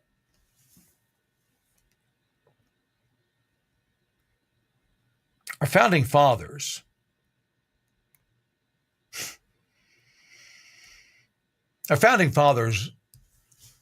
knew that let me step back. We talk about our founding fathers all the time as if we have the courage that they have, and none of you do. None of you. Not a single one of us have the same courage, including myself, because those men knew that what they did was a death sentence. We speak out against our government today. Who cares? It's just crazy wackos on the internet talking about how the government's bad. Who gives a shit? When you did it back then, you could be hung for it. Today, well, you can be radical. You can be anybody from what I'm saying, all the Hakeem Jeffries to Joe Rogan to, Alex, the rest of them. Think about it. That's how far we've come. You can be completely crazy and say a bunch of crazy shit, and they don't silence you, they don't censor you. But the moment you tell the truth, somebody asked the other day, how many accounts have you had on TikTok? And it's 123. I'm proud of it. I'm on my 123rd. My 123rd account is the second longest account I've ever had on TikTok. Let that sink in. My first account and the current account are the longest accounts I've ever had on TikTok. Shortest account, 3.5 minutes. I posted one video, gone. That's the world they wanted us to live in, folks. That's the world they wanted. They wanted us to live in a world where they told us what we could and couldn't say about anything. A foreign nation was doing that. A foreign nation was telling American citizens what they could and couldn't say in America. Do you think our founding fathers would go along with that? Do you think that they would abide by the rules that a foreign nation set as community guidelines? By the way, community guidelines that they don't even abide by in their own nation. They wouldn't allow any of the shit that you see on TikTok to happen in China. Did you know that? That's when I knew there's a problem. See, as a marketing and advertising expert, I look, and when I say that, I'm very proud of it. You will not see me brag about many things, but I'm really good at what I do. I am the best at what I do. I cannot brag about that enough. I'm really good at what I do. And what I do is I realize what's the threat and what's the benefit of something immediately. When I saw TikTok, I said, oh my God. A buddy of mine sent me a stupid dog video. Said, take a look at this. And so I went in and I looked at it. It's funny. And then I started going through and I'm scrolling, and all of a sudden I'm doom scrolling. 15 minutes into this new app that I'd never worked on, done anything. I'm into everything that it's showing me. 15 minutes in, and it snapped in my head. Oh my God, this is the most powerful tool I've ever seen for advertising in my entire life. I work in advertising marketing, so I see the benefit of it. And then I see the threat. The threat is they feed you exactly what you want to see. And through 2020, 2021, we were seeing two sides of an argument. And then suddenly we only saw one. We only saw one side of the argument. You can't say this anymore. And that's when I knew we had a problem. I do not agree with Trump. I think that TikTok should be banned in the U.S. It is an outside source. I don't care who has access to it. if China has anything to do, well, I don't care who has it. It's too powerful a weapon. I know how to, marketing is propaganda, folks. It is, right? It's propaganda. We make you believe something by continually pounding it into your head. I'll give you an example. I was not a big fan of Prince. Everybody's a big fan of Prince. But I lived through the 80s. And his first song that came out in 1999, that was good. But when he came out with Raspberry Beret, it was so weird. It was not your regular. And before you know it, everybody's playing it. Why? Well, because all the radio stations played it. Why? Because the record companies were pushing it. They were giving bonuses and all kinds of bullshit. How do I know? Because I worked in radio during that period. And it wasn't payola, but what it was promotion. We'll send you on a trip. We'll send you here. We'll send you here. You want to go to Bermuda with your girlfriend? I will just play this for the next 2 weeks and we'll send you to Bermuda. That bullshit was happening on a regular basis. That's how Prince blew up. He wasn't a breakthrough star. He was marketed and branded as a breakthrough star. What other breakthrough stars during that period did you see come through? Just one. That's all they were pushing. They were done with Michael Jackson. He was the first one. Prince was the counter. Who was the next one? Britney Spears. She's wholesome. She's from Disney. Oh, and the slutty counterpart? Christina Aguilera. They've always got to have the counterpart. So Michael Jackson was the clean, right? He was the clean guy. Prince, he was the slutty guy. Britney Spears, clean. Christina Aguilera, slutty. You starting to see it? And it goes back all the way to Elvis Presley. If you see this, folks, that's what my content has pushed over the last several years, is that what I've tried to show you is that it's not, there's no secrets. There's no if you're looking for the secret of the universe, there's no secret.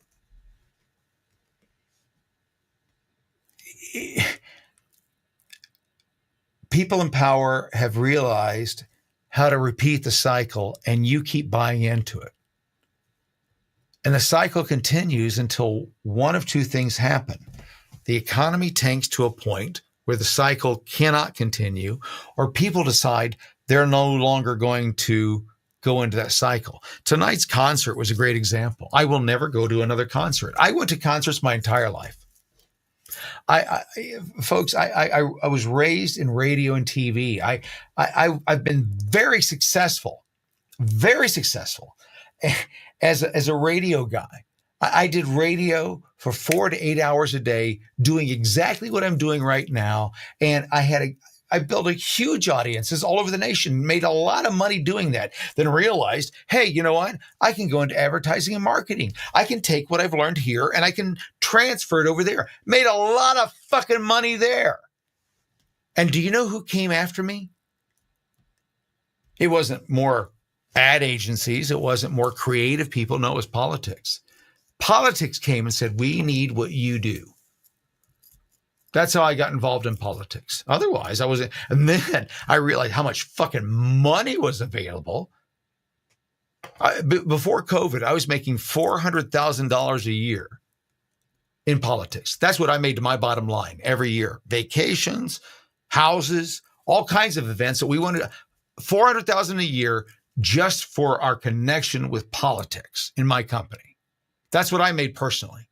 Me, $400K. That's in addition to everything else I was making, just being involved in politics till COVID. And when COVID happened, I spoke out. And I said the restrictions that our Republican governor was putting on the state was too much.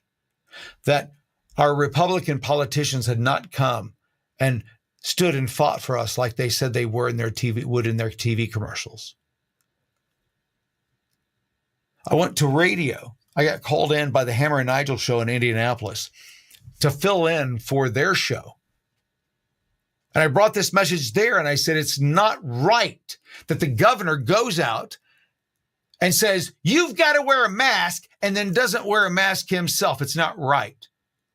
He doesn't have the authority to do what he says that he has the authority to do. The Constitution, both the Indiana state and the federal Constitution, says he doesn't. At this point, we as the fellow Hoosiers have to band together to say, we're not going to do this anymore.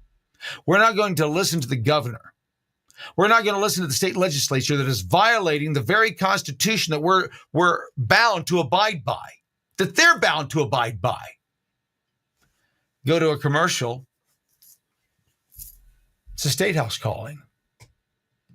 Marin calls me. I'd worked with Marin for the last 10 years.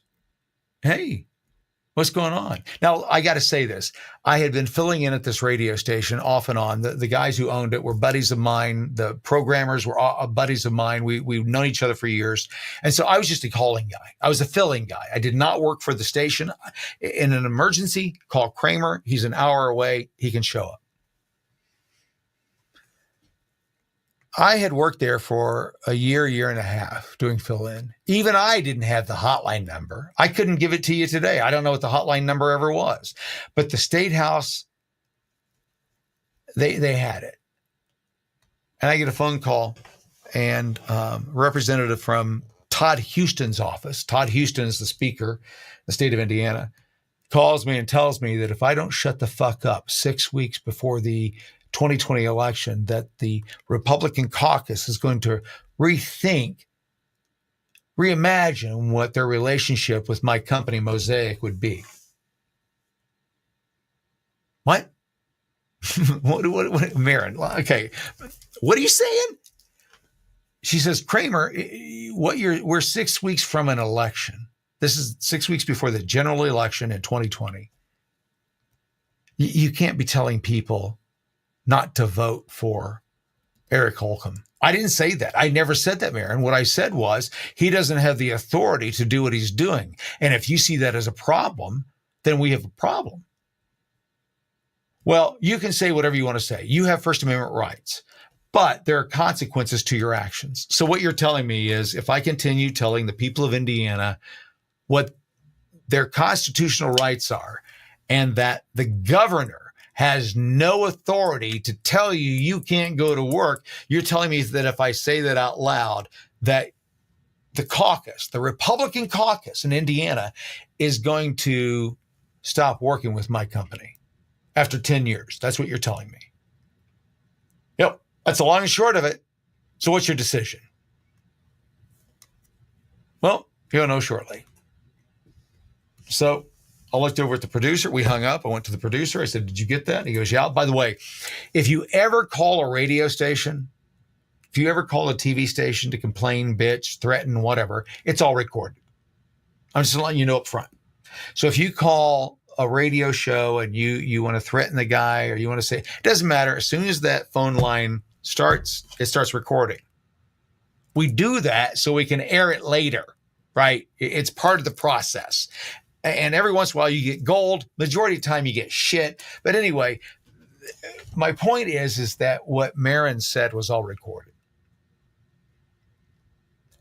And I want to put this out there. I want people to understand where my mindset is with where our country is. I want to be real clear for people to understand where I am.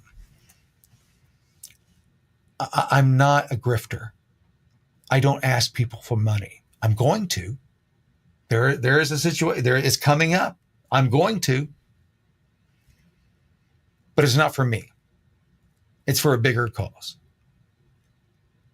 But I don't ask for money. Don't buy my t-shirts. I don't want you to buy my hats. I just want you to listen to what I have to say and think about it for just a moment. In 2016, I had a heart attack and died. Not supposed to be here. They revived me. In 2016, that fall, had surgery, coded on the table, died again. Not supposed to be here. Not to mention the fact that I was hit by a car when I was 10 and they had to revive me. So there's several times in my life that I've been revived from death. I'm here, still doing what I'm doing. And what I realized after the last one was I cannot waste this time anymore. I've made enough money. I've done what I wanted to do. I fucked all the chicks I want to fuck, right? It all feels the same. It doesn't matter if she's blonde or brunette or it doesn't matter. It's all the same. Nothing changes. It doesn't get better. The next chick isn't hotter or better. It's not better. No, it's just more of the same. That's what you realize when you're 60. Pussy doesn't get better. It's the same. You've got different problems with it, but it's all the same. Took me a long time to realize that it's all the same. It doesn't matter. It's all the same. And what we have to do as a people, folks, is realize that the life we're living is based on a life designed by those who sell us the shit to live that life. Do you really need a cell phone? No. Nope. Do you really need social media? No. See, I don't know if you've noticed, I drop off of it. I come in from time to time and do my thing and bitch and moan, but I'm moving away from being a participant in the global community. And I want to be more and more and more a participant in my own community. Couldn't give a shit what's happening in Pakistan. Don't care what's happening in India, Great Britain, Canada, South. I don't give a shit. I only care about the 24 feet around me. That's all I care about. As long as I'm safe here, that's all I care about. I don't give a shit. I'm tired of the arguing and the bickering. The reason is because people aren't serious about what they say they're serious about. They say that they're serious about things, and then when you ask them to act, they refuse to act because, well, that's just too much to ask. I never asked over the last 5 years for anybody's money. Not one time. I asked for help. Join the team. If you're a graphic designer, if you're a web developer, if you're a thinker, if you're a creator, let's build something together. You know what I got? How much money do I make? That's why we're at where we're at. If it were about money, I would have made $1 million out of this. That's what cracks me up. All the social media influencers that you've seen, and I want to say this in all honesty, there's a bunch of them that I love, people that I've grown up with, people that taught me coming up. I would have blown all of them out of the water. Every single one of them. More followers, more merch, more everything. But I wasn't going to be told what I couldn't say. So when you think about the influencers that you watch on a regular basis, that have never lost accounts, millions of followers, there's a reason for that. They play the game. So can you really trust what they're saying? If they're not in fear of losing their account because of who they are, and they're always asking you to buy or purchase something, can you really trust what they're saying? Or are you just another product that they've created? I create products. I do that for brands. That's how I make my money. In fact, a lot of the people that you see on social media, I have a hand in you seeing. I know how to do what needs to be done, but I've never done that with my stuff. Because, folks, I've got a limited time left. Doctor said, if I've got another 8 years, I'll be lucky.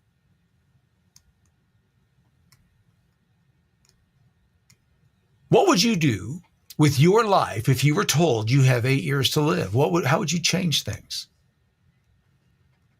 What would be important to you? You know what's important to me? I'm rich. I can live the rest of my life on what I've got. My wife thinks we need more, but we're fine. But my kids, my grandkids, I'm not so sure about.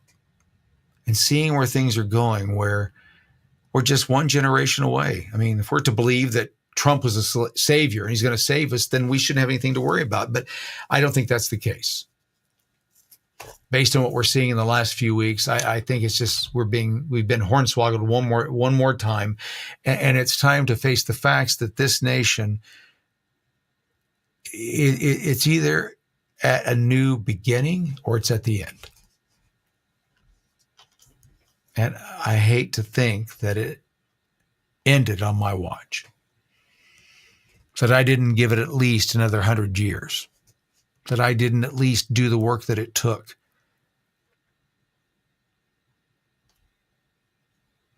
I hope that the next 8 years, if that's what I have or more, I hope that I can make it useful.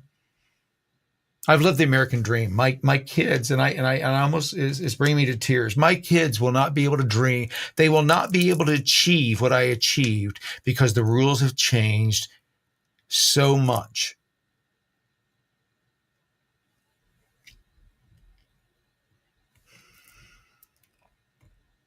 I was a college dropout. Everything was given to me. Everything.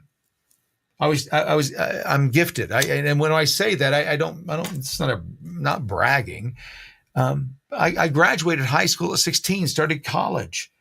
I jumped ahead. I was ahead in school because they started me at first grade as a kindergartner. So, I mean, there's all these things that I kept catapulting through life and got to these certain points. And even in my careers, I've always landed at the top. It doesn't matter where I go. And folks, this is not bragging. It's just how my life has formed. And I cry about it because I know how much other people struggle. I've landed at some very prestigious places.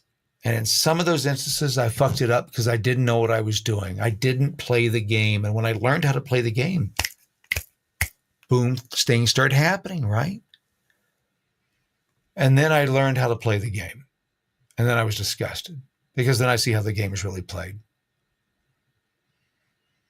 And the victims are us. It's us. I can continue. I told my wife just the other day, I said, here's the thing. I said, I understand. She says, we've got to make a little bit more money. She's right. You got to make a little bit more. Not a lot, a little bit more.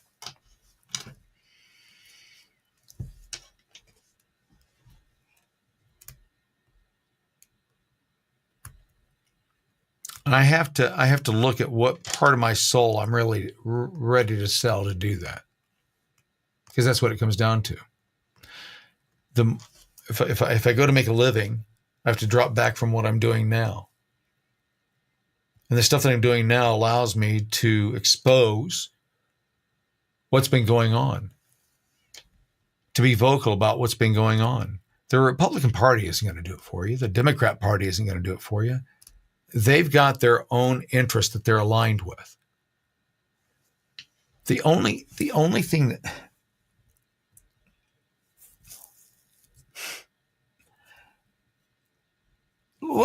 Let me put it this way.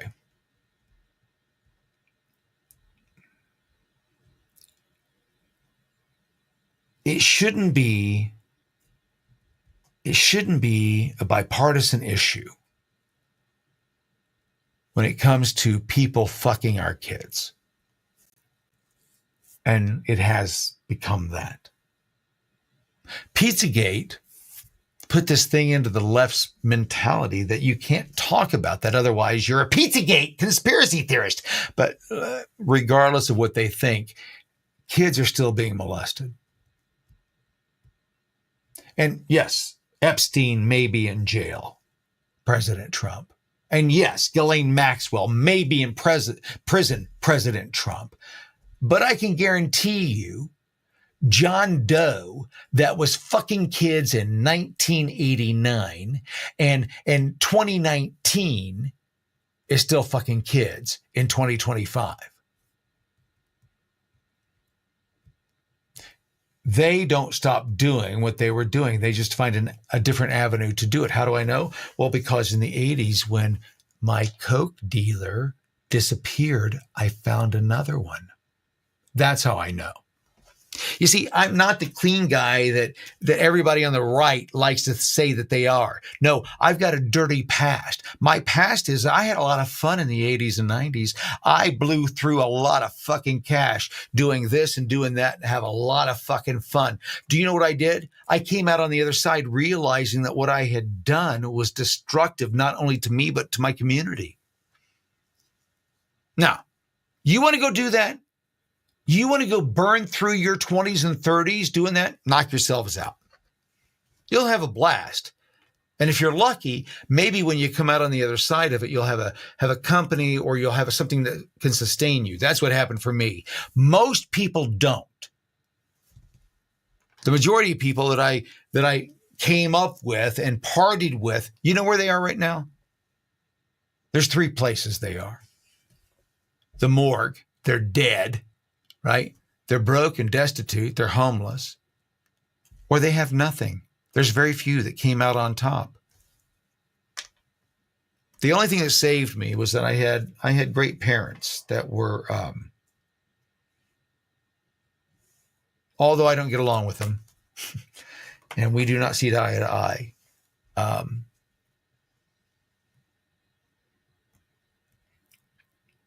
they got me back on the path that I needed to be on. And that path, here's the thing, folks. This is what most people won't do. That path is nothing more than a mirror. People want you to go on this long journey. No, just put a mirror in front of you. Who's the person you see in front of it? What do you want that person to be? Start creating that person. You don't have to wait on anybody else. I decided to be a better person. I decided to stop cheating and lying and doing all the other shit that I was doing to get by. I decided to be a decent human being where I didn't have to worry about what I said to people because what I was saying to people was the truth. I wasn't trying to build myself up with a lie of how great I was over here, what I'd done over there. No, just look at my record. This is what I've done. And it was amazing what happened when I did that. Career-wise, my career took the fuck off. I was just honest with people. And if they didn't like who I was, then they didn't hire me. And the clients who did, guess what? We got along. We saw eye to eye. We were able to make things happen. That worked for 30 years. 30 years that worked. And then in a 2-day period in March of 2020, all of a sudden everything went to hell. And it was a learning process. I had to start all over again. And I took the last 4 years after I realized there was no path forward for doing what I wanted to do and staying in the same industry in the position that I'd been in. I'm going to take a hiatus. I'm going to take a few years off and just to figure out what I want to be. Luckily, I was in a position financially that I could do that. Most people weren't during COVID. Most people struggled.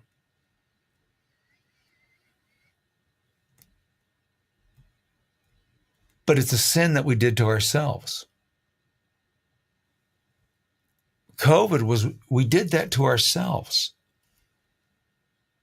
That harm that you feel from COVID, we inflicted on ourselves. We allowed to be inflicted on us by others around us, others that were more fearful than we were. That's the number one lesson, folks. Fear kills. Fear is able to drive any kind of emotion you want. Fear is what I said from the very beginning. What I said when I went on to WIBC and said, if you fear your government may come down on you, then they're doing their job correctly and you're doing yours as a citizen incorrectly. If you fear your government, you're doing your job incorrectly, and they're doing their job 100%. Think about that. If you fear your government, state, federal, doesn't matter. If you fear them, you're doing your job wrong. They should fear you. That's not me saying that. That's our founding fathers saying that. Our founding fathers said that the government should fear the people. We have the fucking guns. Yeah, they've got a few. We've got the rest. The United States is the best armed nation on the earth. And then we have our army. Then we have our military. Yeah, they got some big weapons. We, the people, are the most armed on the face of the earth. No one is coming to fuck with us, the American people, except for one group. One group of people is coming to fuck with the American people on a regular basis. You know who that is? You're fucking politicians. Folks, I think it's time to realize that it's not going to get any better. Trump is not the answer. I said that before the election. I said that after the election. It's you. You have to be involved. Trump is not going to save you. Your state legislature is not going to save you. Do you know why? And I can say this honestly because I've worked with all these motherfuckers. This is what's funny. Mike Pence. I'm trying to think of the other guy. Who was the other guy before Mike Pence? I'm trying to think of all the governors I've worked with here in the state of Indiana. Republican governors. Mitch Daniels. Mitch Daniels is the other one. So Mitch Daniels, Mike Pence, Eric Holcomb. 3 Indiana Republican governors. 2/3 of them are fucking bullshit, and the other one's a weenie. Yeah. Mitch Daniels is a weenie. He went off to Purdue. He's doing his thing there. Nice guy. I liked him. Genius, by the way. Fucking smarter than shit. He's probably better at Purdue than he is as governor. I think he left because he realized he's better as a Purdue president than he is as governor. Then you've got Mike Pence. Well, we can all talk about Mike Pence for hours and hours and hours and hours and hours. But at the end of it, Mike Pence worked in radio in Indianapolis. He worked at WIBC as a talk show host for a number of years. That was before he became a congressman. Most people don't know that. He was a talk show host. That's when I worked with him. We called him the empty suit. Mike liked to make a lot of promises and then never deliver. Somebody else was always expected. And it was always somebody else's problem when Mike didn't deliver on what he was supposed to deliver. And then when he became governor, well, Congress and then governor. Yeah. So my point is, the reason I say all of this is that when I tell you my experiences of who I've worked with and what I've done, these are the people that I name names, right? I ain't shy about it. That's why, well, I don't work with the Republican Party in the state of Indiana anymore. Think about that. If you tell the truth, they kick you out. Shouldn't it be the opposite? Shouldn't the truth tellers be the ones at leadership positions saying, hey, listen, guys, we're telling you the truth 100% of the time. I don't care who gets burned. I'm living my life in a righteous way, right? I'm not cheating on my taxes. I'm not fucking around my wife. I'm not screwing a little boy. I'm not fucking an old woman. There's nothing that you can come after me for. There's nothing. So what do? They just push you away. Because politics doesn't work without leverage. We'll talk about that in just a moment. You're watching the CramerSez Project. Global news with local views. From the halls of Congress Across the nation. and around the globe. You're getting the latest news and conservative views. You're watching the CramerSez Project. Global news with local views. CramerSez returns after this message from our partners. Introducing Tusk, With Tusk, you get uncensored news and secure browsing. all while protecting your privacy. Choose the news you trust and take control of your internet. Join the free speech revolution with Tusk. Download Tusk today at tuskbrowser.com. The CramerSez Project is back. With global news and local views. You're watching the CramerSez Project. You're watching CramerSez.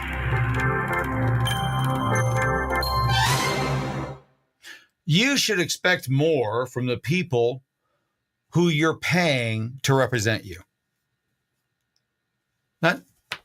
I just think we should expect more.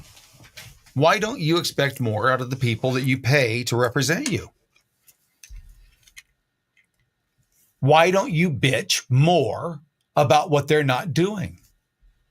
The left does it. The left has no problem going to the streets and bitching and moaning. Why can't you on the right at least make a phone call or email or something to let those on the right know, hey, we're tired of this bullshit. When are you going to stand the fuck up and have a set of balls on you? Have you sent that email recently? Have you had that phone call recently? If you haven't, then you're doing yourself a disservice. First of all, it helps. It gets some of the steam off. But the other thing that it does, folks, is that it puts them on notice. I don't know if you know this, but it's on average in every state, well, not just state, but federal, state and federal office. When you call their office and complain, if at least 15 people complain, 15 different occurrences, it goes to the attention of whoever. That's on average. So, again, worked in politics, number of years. I'm telling you how to beat the system. You got to use these tricks to beat the system. You have to be a fucking thorn in their fucking side, and you have to be willing to show up from time to time as a human being, not just as a digital touch or an email or a letter or something on social media. You've got to be willing to show up, just like our founding fathers were. You see, they showed up. That's how they got shot. The Boston Massacre, that happened because they showed up. It happened because they made their presence known. I'll give you an example. I live in Boone County, Indiana. Every time I go to the Boone County Courthouse, the sheriff's deputies, I know it's not their policy, it's not them, but I pressure them. Why do I have to leave my gun in the car to come into a courthouse? In the house that's supposed to protect my rights, why is that right being violated? Every time. Without fail. They don't like it. But there's 4 guys sitting at the entrance of a courthouse making on average $120,000 a year, so close to $500,000 in security, guarding that courthouse for me coming in with a firearm, which is my second right to be able to do. And they tell me I'm a threat to them. I'm not a threat to them. Why would I be a threat to justice? Folks, if we can't carry a firearm into our courthouses where they're supposed to protect our rights, do we really have any rights? When Trump says, oh, is everybody still asking about Epstein? Yeah. The kids who got fucked by those people are still asking about Epstein. Trump isn't the answer. MAGA isn't the answer. The Constitution and we the people are the answer. We have to stop believing in men who have ulterior motives, whatever they may be. It'd be nice to know that, for example, if Trump only had 6 years to live, he might live his life in a different way. If he knew that doctors told him you only have so long to live, how would you live your life? What would you want your legacy to be? Do you want to create a free nation or create billions for your family? Now, I'm a MAGA supporter and I'm starting to ask, is this what's happening in our nation? Did we get swindled? Did we get hoodwinked? Did we get fooled just like the Democrats? It seems so, doesn't it? You've got Bondi in there looking all twitchy and giggity. You've got Bongino and Patel. looking like they just fucking stole the fucking chicken with the chicken meat in their mouth, trying to tell us there's no fucking chicken. You've seen it. I've seen it. That ain't how people who are telling the truth act. The diverting eyes. Folks, I've worked in marketing and advertising my entire life. I will go into a meeting to talk about placing a $200,000, $400,000, $500,000 buy. And if I see people with their eyes diverting around, we walk out of the room. I can't trust you. Your eyes are not telling me what I want you to tell me. That's what I've seen with Bongino and Patel. Then you've got Elon Musk and the Black Eye Club, right? All of a sudden he changes teams. Folks, there's something else going on here. I don't know what it is. You don't know what it is, but here's what I look at. I call spades spades, right? I've been around long enough. If somebody's trying to fuck me, I can generally tell they're trying to fuck me. I don't have to get all the signs in, right? But when the government comes up behind me and goes and rubs my ass, I know I'm about to get fucked. And that's what just happened. That's what Bongino, that's what Bondi, that's what Patel did. They just rubbed our ass. They're trying to lube us up. No, there's nothing wrong. Then why is Ghislaine Maxwell in prison? Why is she in prison? If nobody did anything, then why is she in prison for transporting nobody to nobody?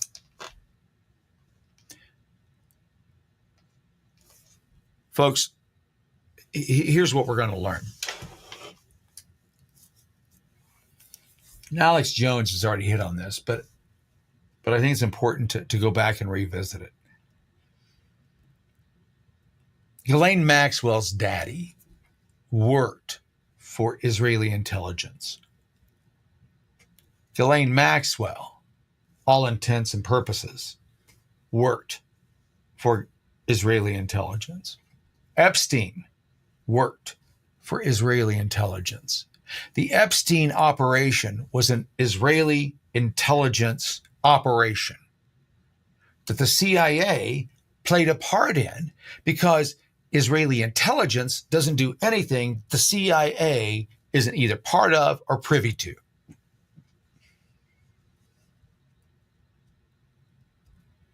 Now, some people will say that what I just said is anti-Jewish. I didn't mention Jews. I said Israel. And Jews and Israel are two different things. Israel is a country. It's not a people. Just like the United States is a country and not a people. There's not one group of people in the United States. You see what I'm saying? It's Israel. Israel's intelligence agencies are in cahoots with our intelligence agencies. That's not anti-Semitic. That is a fact. And if you don't consider that as a major issue in our nation, then you're not paying attention. It's why we've got a lot of the problems that we've got going on, is because we're always balancing this Middle East thing. Imagine if we didn't have to hold the balls of Israel on a regular basis, and cradle them to protect them from everybody else in the Middle East. Imagine how much freedom we would have to deal in the Middle East. But for some reason or another, we've chosen to hold the balls of Israel. Kramer, you're anti-Semitic. No, I'm not. I'm stating facts. But those are God's people. Okay. Separation of church and state. Let's take that shit out of there for a minute. It's just another nation. Would you do it for any other nation? Ukraine, for example? No, you wouldn't. Shut the fuck up. Don't come at me as a fundamentalist Christian saying that we have to support the evil of another nation because you think the Bible says we have. The Bible didn't say anything about that. The Bible didn't say that we have to support the most censoring nation on the face of the earth. Do you know who censors its people second to China? Israel. Do you know who has the most software derived specifically to censor content on social media, it's Israel.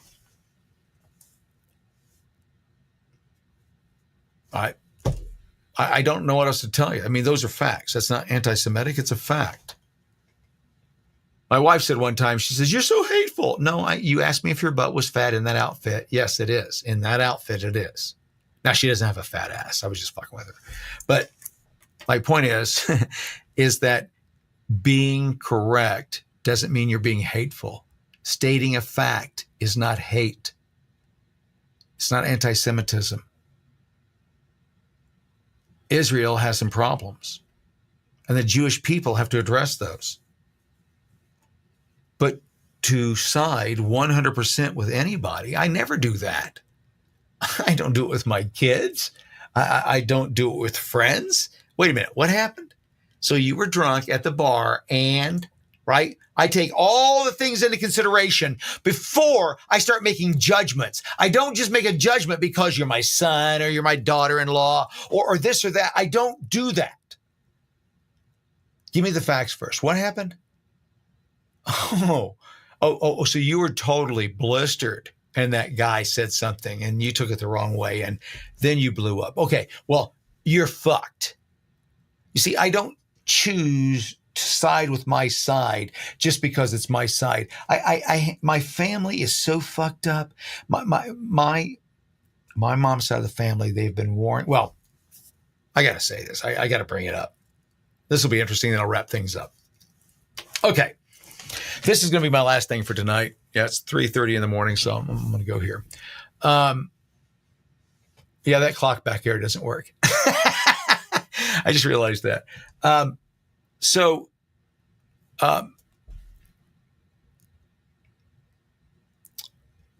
In the, I'm trying to remember when this was. God, it's been so long ago. Several years ago, my grandfather died. And my grandfather was a factory worker. He was a machinist, not an entrepreneur. But because of the times and everything and how he saved money, he was able to hole away a lot of fucking money. And he did that by buying savings bonds and letting them mature. And that was probably the biggest part of his estate. But when he passed away, he and I had already come to terms with each other. He was a guy who liked to use money as a controlling factor. I do this, and then you'll act this way, and I'm just not that. You'll find out as I tell my life story that every time somebody puts a condition on me, I say, "Fuck you, I'm not doing that." Why? I'm not doing that. Why? You want me to do that? No, I'm not doing that. It didn't matter if it was my parents. It didn't matter if it was my grandfather. So when my grandfather passed, I had already been taken out of the will. There was a lot of money on the line. My understanding is that all the grandchildren got $60,000 each, which is, back in the 90s, a substantial amount of money. I didn't see a dime of that, and which is fine. I was fine. I was financially in a position where I didn't need it. So it would have been nice, but didn't need it. And all I took, it cracks me up. All I took out of the estate was a photo. That's all I took. You've got people, my cousins, aunts, uncles, running around putting little stickers and all the shit they want. And my aunt asked me, she goes, "Is there anything?" No, there's nothing I want. And then she pulled out a photo of my brother had just passed. And it was a picture of me and him when we were kids, my parents. And I hadn't seen that one in a long time. And I said, "I'll take that. I'll take that." That's all I got. That's all I took.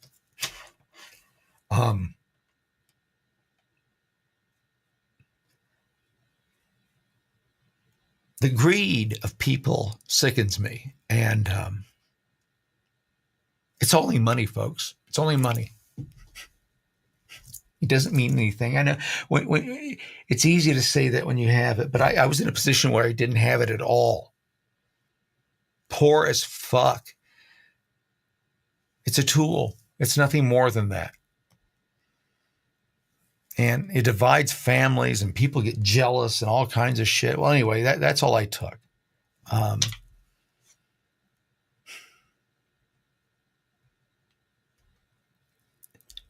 And a couple of months later, my mother, who I have not had a great relationship with throughout my life. We were great friends when I was a kid, but I don't know what happened. Anyway, she found out that I had that photo, and it was her purpose in life to make sure she got it back.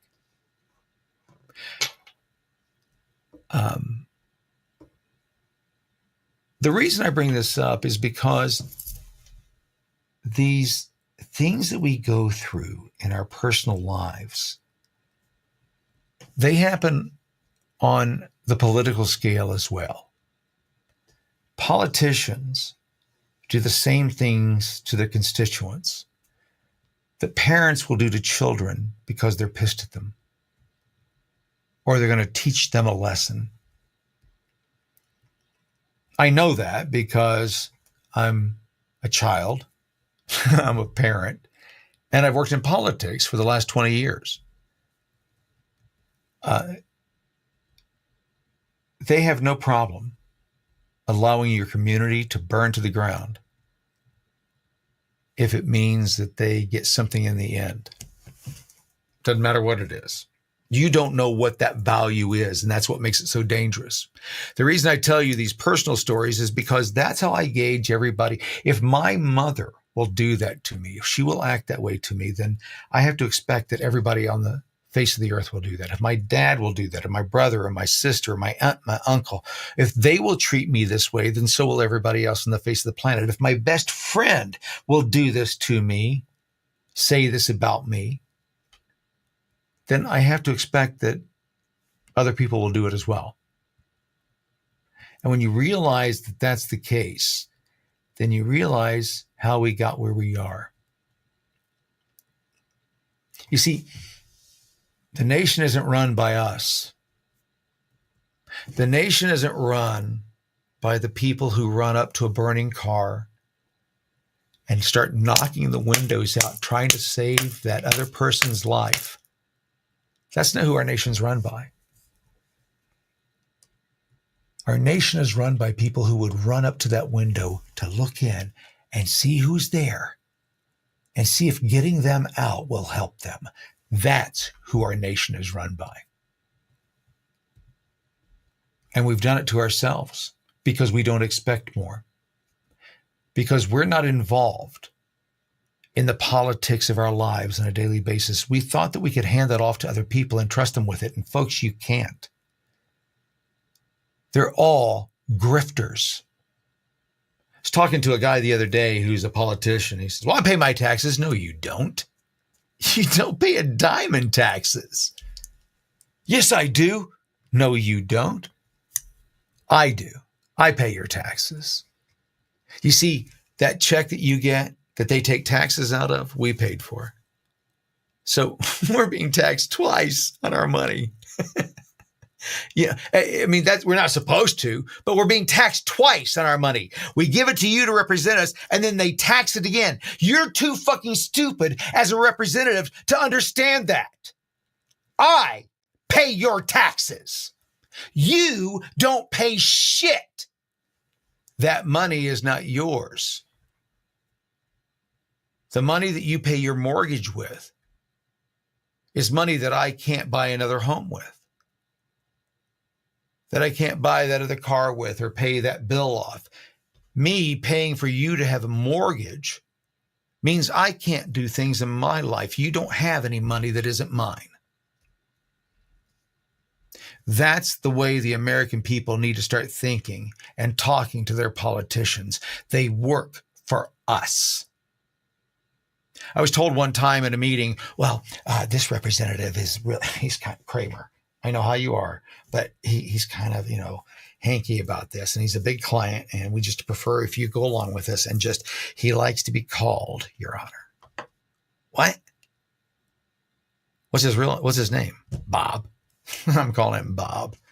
Oh, Kramer, don't do that, man. The suck-ups were the losers. You see, Bob is still a friend of mine because I treated him like Bob. I don't give a fuck. The gatekeepers don't tell me how I'm going to act. No different than the trans community telling me what I'm going to call them. Politicians don't get the choice of what I call them. I call them what I see them as. They work for me. They're employees. Your Honor. That's what one of the guys wanted, Your Honor, the Honorable. What the fuck? Are you insane? Let me ask you a question. How do you wipe your ass?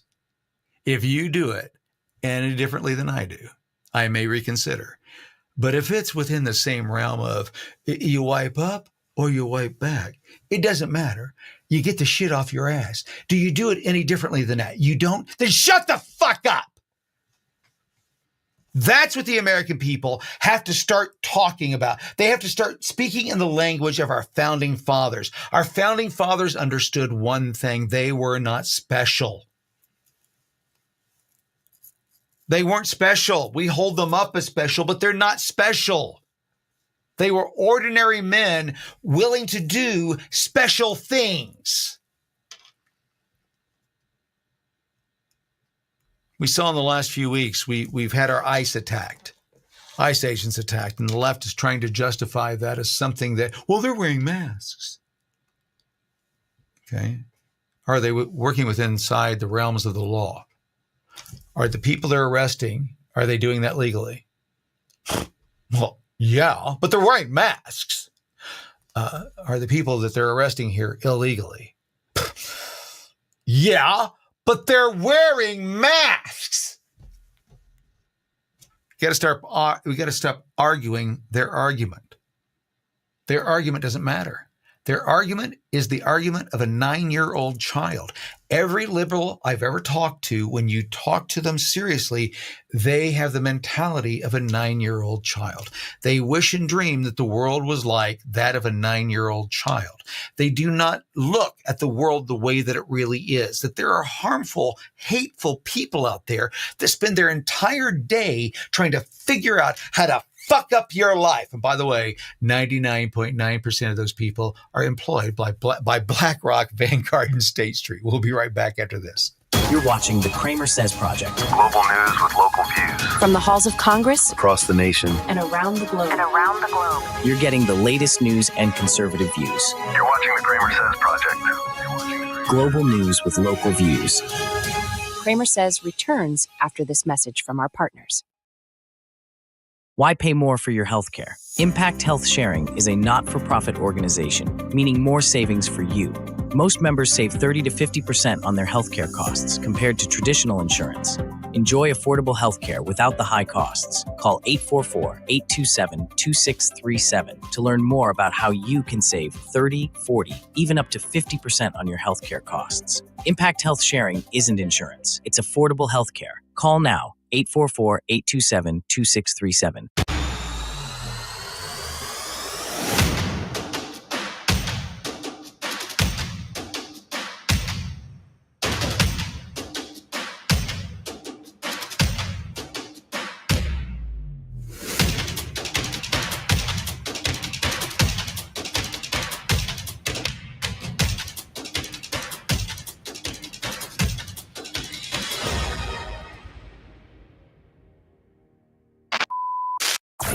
You're watching the CramerSez Project.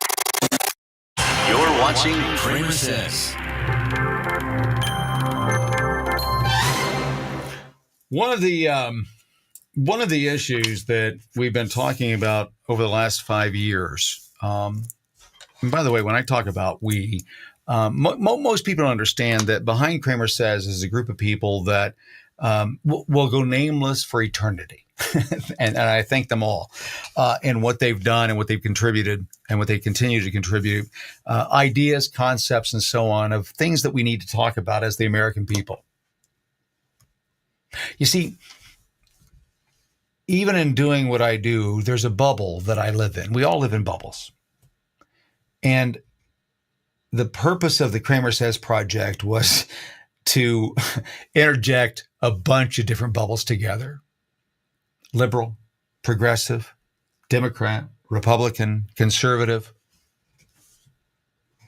so that we understood what was going on. among everybody.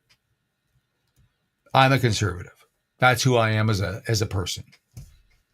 I have liberal tendencies in some areas, but otherwise conservative. Like, for example, I think I should be able to put in my body whatever the fuck I want to put in my body. If you can justify ripping what's in your body out, I should be able to justify putting whatever I want to into mine. Just my thought. I don't agree with your thought process that you should be able to rip separate DNA out of your uterus because it's not convenient. But until we get everything changed across the country, that's not going to happen. That's just me. But Kramer, you don't have any say-so. You're a dude. Yeah, I know. It takes dudes to make the baby. We have a say-so. Only a narcissistic chick would say that. Only a feminist would say that men have no voice in reproduction. It's my body. Yeah, but it's my sperm. You see, this is where we have to start actually having the argument. We have to start arguing the facts and not what they want us to argue. They want us to argue what they want us to argue, as opposed to what the facts are and what our position is. And that's where the Republican Party has lost over and over and over again. Why? Well, because most Republicans really aren't Republicans. They're modified Democrats. That's what I'm coming to the conclusion of. It's so much easier to be a hard Democrat than it is a soft Republican. Let that sink in. Dan Crenshaw.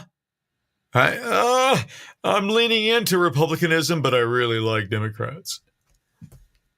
Kinzinger. I'm a Republican until I'm not. We've seen it happen time and time again. And folks, you're the reason it happens.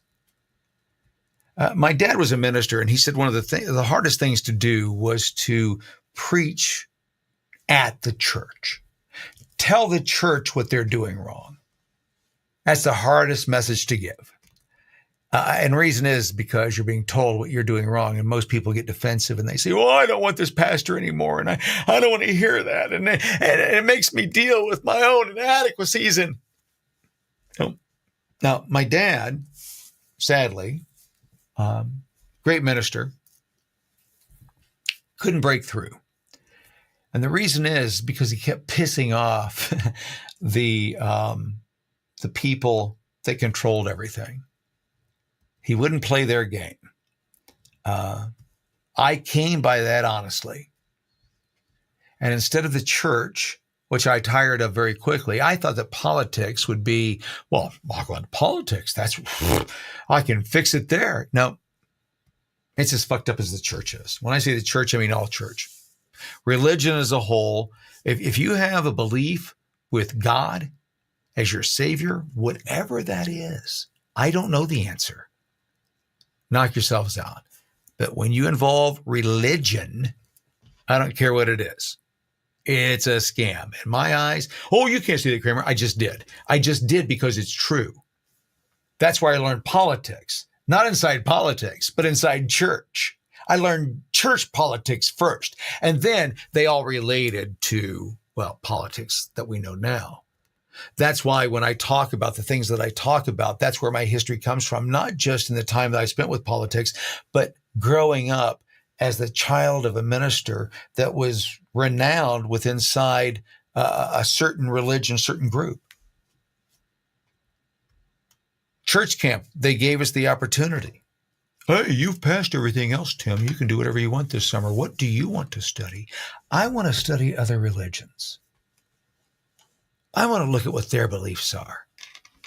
Oh, that's exciting. Go do that. And I did that. And then I realized how many similarities there are. I'm not a conspiracy theorist, folks. I just look at the picture that's been given me and I go, what's most likely to be the truth based on all of this? All of it. I think that we've been lied to a lot is what I think. I think we've been through this many times. That's the conspiracy theory. If there's any conspiracy that I have, I don't think this is our first time around on this merry-go-round. I think that's why we've got the pyramids. I think that's why we get the things that we can't explain on this earth. That's what I think is going on. I don't know. I don't have a solution. I don't have a plan. I don't have my own ideas, but I'm tired of feeling deja vu all the time. That was a joke, by the way, if you didn't pick that up. I think that it's why things have become so easy for me to dissect and tear down and tell you what's going to happen next, is because it's already happened. I'm a fan of history. You follow history, you follow human nature. I can tell you what's going to happen next. We are not in a good place. This nation is at a teetering point. That's not me being a fear monger. That's not me telling you that if you buy my program, things will be better. I don't have a program. I don't want your money. Why would I be telling you this? Why would I continue to lose account after account after account, telling you what I believe and not asking you for something? You know why? I'm doing this for my sons and my granddaughters. This is what I'm doing it for. Hopefully, people will open their eyes enough to see and make a better world for them, to have the opportunities that I had. My grandchildren do not have the opportunities that I had. They have been born into an environment that is considerably worse than mine. And it was going worse until we stopped it. Is Trump the answer? I don't know. I hope so. But we cannot continue to go down this path. And if we as Americans don't stand up and say very loudly, this Muslim bullshit that we keep seeing rise up through the ranks, nope, can't do that. You see, Islam is not a religion. It is a political movement disguised as a religion. Kramer, you're just saying that because you're Islamophobic. No. Name one nation on the face of the earth who has allowed Islam to come in any way, shape, or form that allows any other religion. And I'm not even religious. I'm agnostic. I kind of like float between everything. I don't know what's going on. But I think that you should have the freedom to profess your faith in any way, shape, or form you want. And if you go to Muslim countries, you can't do that. There's only one religion. You talk about fascism. You've got these motherfuckers in the streets talking about fascism, and then they're promoting Islam. Islam is 100% fascism. You don't have any voice. You only have the law. You steal, you get your hand cut off. Fuck a wrong person, get your dick cut off. That what you want? That's what Mamdani is talking about in New York. Don't you see what they're doing? It's conquest after conquest after conquest. And if you don't realize that folks, they talk about America being this land that took all this land from the Indians and the savages and put them all on it. Well, that's what happens. Some people win, some people lose. Our losers, we've been so nice to, they're still around. We've allowed them to exist. In previous times, they would have slaughtered them all. But no, they're here. And we're glad to have them. And we love the indigenous people. And we want them to be a part of our country. But they're not any special. They're just a conquered people that need to accept that they got conquered and move on. How many years ago was that? Yeah. It's like things in your life, right? When you move on, you just say, God damn it. Yeah, that sucked, but time to move on. I've done that my entire life. One time or one period of my life, I've aged out of, or I'm ready to move on from. And it's like, okay, that part's done, move on. And what's funny is, and maybe I'm different, but I have the ability to move on without carrying any of the baggage that came before. One of the things I like about Trump I've done this over the years, is that I give people second chances all the time. I give them the opportunity to prove that what I think about them is incorrect. Trump does that. He's renowned for that. And I think that is a sign of a person that, and that's why I had a lot of faith in him. I hope that faith wasn't misfounded. I hope that he's going to deliver on the transparency that he promoted. If he doesn't, folks, we're in trouble. If he doesn't do what needs to be done, if those who are treasonous on the left and on the right in the last 4 or 5 years are not held accountable, if those who erased emails after the court said they couldn't erase emails aren't held accountable, if those who gave aid to invaders aren't held accountable, if those who lied to Congress aren't held accountable, then why should you and I be? If we're the actual bosses, if we're the drivers of this vehicle, and these motherfuckers that are enriching themselves on our sweat, if they won't hold themselves accountable, at what point do we, the American people, when do we start asking the questions that our founding fathers asked? You see, those people that we're talking about, they serve at our pleasure, whether it be the president, whether it be a state rep, a congressman, a senator, a state senator, a city councilman, the trash man. Doesn't matter who they are. They serve at our pleasure. We give them what they have. They think that they have the authority to tell us what we have to do. That's not the way it works. But you have to be bold enough. You have to get more interested in your future than you are today.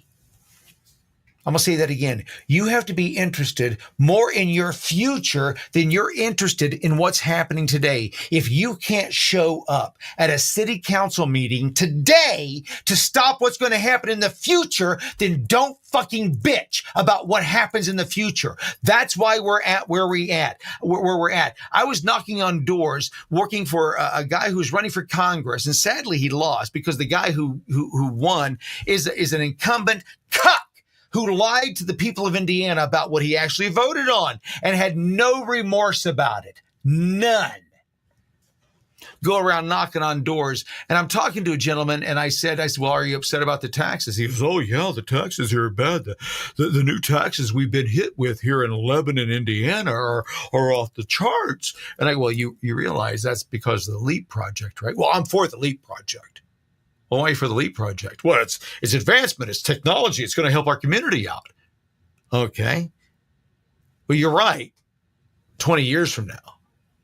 But you're bitching about taxes today to build the roads and the infrastructure for these companies that are coming into your community. Yeah. And you realize that they have no commitment to your community. Well, what do you mean? Well, you're paying for their roads and their factories to be built.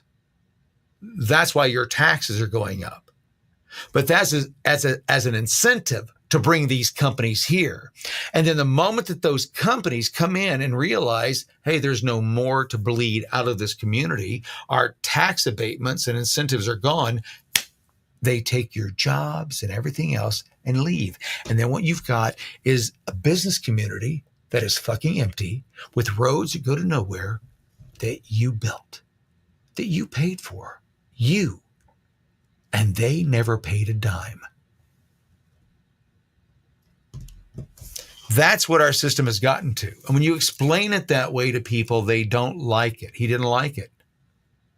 What are you telling me? Are you telling me I'm stupid? That's not what I said. You inferred that on yourself.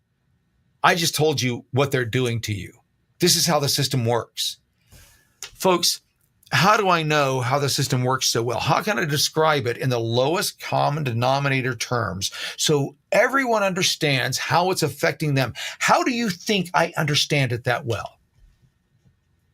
I sold it. I did it. I went into people and tried to convince them this is the way to go. And then I saw how it was affecting people, how it was affecting communities, and I couldn't do it anymore. But I wasn't quiet about it. Most people are quiet about it because, well, they can still make a career being a consultant. But not me. Like my dad, if it's wrong, it's wrong. If it's black, it's black. If it's white, it's white. There's no gray. For those of you who follow my content on social media, I do it in black and white for a reason. The sin is in the gray. That's what my dad always used to say. Black is black. White is white. Sin is in the gray. It's what you can justify.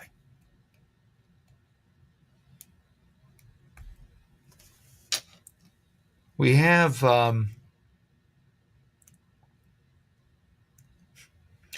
we only have a few months, folks. And the games that they're playing right now are telling me that we're done. There will be no more investigations. Trump cried for years that the 2020 election was rigged and stolen from him. We're not going to get to the bottom of that. We're not going to learn anything more about that. It doesn't benefit Trump to dig into the past now. Just moving forward. Doesn't matter what they did. Doesn't matter if it happens again. Or am I abandoning Trump and MAGA? No, not yet. But hearing those that rallied for the last 4 years that the system was so corrupt and that Epstein was so guilty and that there was so much out there, and now being told that there's nothing there. Were they lying then? Or are they lying now? Closing thoughts, so I have to come back to this. You're watching the CramerSez Project. Global news with local views. From the halls of Congress Across the nation. and around the globe. You're getting the latest news and conservative views. You're watching the CramerSez Project. Global news with local views. CramerSez returns after this message from our partners. Introducing Tusk, With Tusk, you get uncensored news and secure browsing. all while protecting your privacy. Choose the news you trust and take control of your internet. Join the free speech revolution with Tusk. Download Tusk today at tuskbrowser.com. The CramerSez Project is back. With global news and local views. You're watching the CramerSez Project.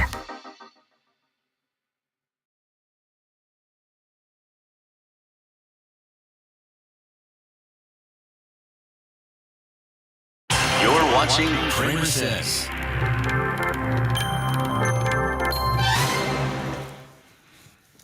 The thing that you have to look at as Americans is what our heritage is. And I think it's important to understand that our heritage can be utilized by the left or the right to justify their end means. The heritage of this nation is built on revolution. We are not like any other country on the face of the earth. We ripped power, the people of America ripped power away for the most powerful nation on the face of the earth and gave it back to the American people and said, and Benjamin Franklin, I think it was, he said that if we can hold on to this, it's going to be up to us to maintain it. Us, the American people, not politicians, not corporations, not special interest groups, not lobbyists, you and me.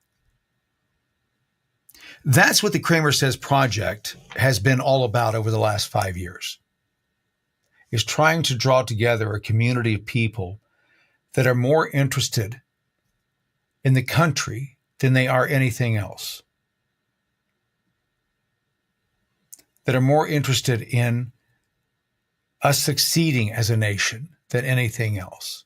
Not interested in party, not interested in policies, not invested in rules and all the Karen-esque type of activities that we've getting back to the core of what it means to be free and promoting that.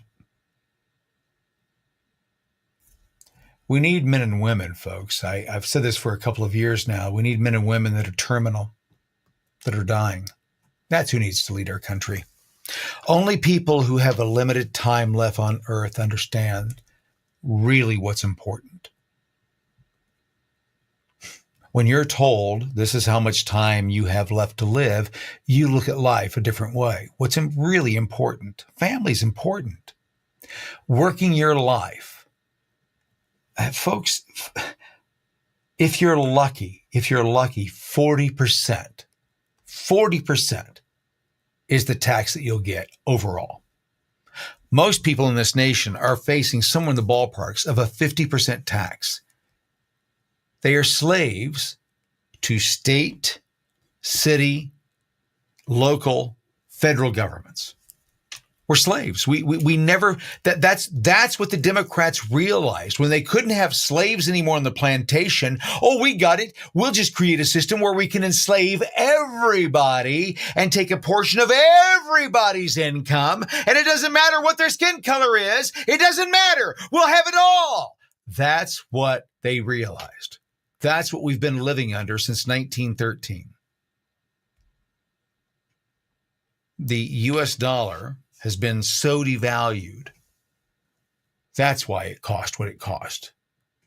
Now, here's the thing. Once you have a seed for a tomato and you grow another tomato, you've got enough seeds to grow tomatoes the rest of your life. The same thing with corn, beets, and anything else that you need to live by. And if you've got a couple cows and a couple pigs, then you don't need anybody or anything. All you need is you. What kind of existence is that? Well, it's better than what we have right now.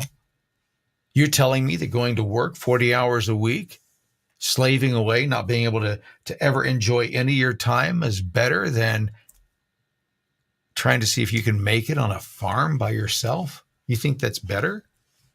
How does it benefit society to have one more marketing manager in the corporation? It doesn't.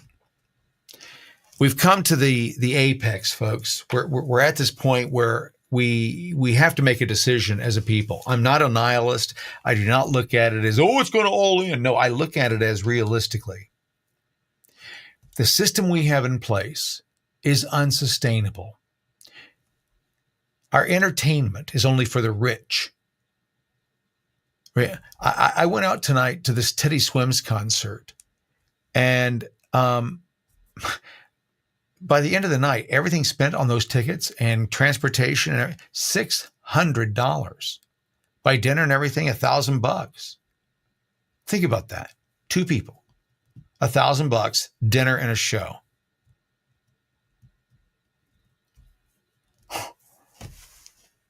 That's sickening. Now, it was a birthday gift, but when I found out what everything was, I was appalled. We should all be appalled. When I was a kid, you could go see a concert for $13. Beers were $1.25. Now, I know there's inflation, but why is there inflation? Because they devalued our currency so much by selling it over and over and over and over and over and over and over and over again. The people who gave us 2008 are giving us the new collapse. I'm out of everything, folks. I got my money out of everything. I don't have anything in the stock market. Well, it's doing gangbusters. Yeah. That's what they said in 1929. How was that stock market in 1930, 1931, 1932? Just because it's going gangbusters doesn't mean it's going to continue. And what we've looked at are the numbers. I'm a big numbers guy. So what I look at is it's like during COVID, the doctors, oh, you're not a doctor. You don't understand what's going on. Don't need to be a doctor. As long as I can read a spreadsheet, that's all I need to know. And what you're telling me is all bullshit according to the spreadsheets. What do we find out? What they were telling us was all bullshit. It's the same thing with the economy and everything else. I'm going to ask you a question. Pro-Trump, anti-Trump, whatever. Do you believe that Trump will give bad news about the Trump administration? No. The answer is no. Just like Biden wouldn't give bad news about the Biden administration. They're not going. She's not going to come out on that podium and tell you what's fucked up. That's not their job. Their job is to promote what's going right. Everything's perfect over here. And I think that we were on the right path until this last week when we heard from Bondi, Patel, and Bongino, and then Trump. And Trump said, is everybody still asking about Epstein? Yes. Yes. Yeah. Not because of Epstein. No, he's dead. And not because of Ghislaine Maxwell. No, it's for the kids.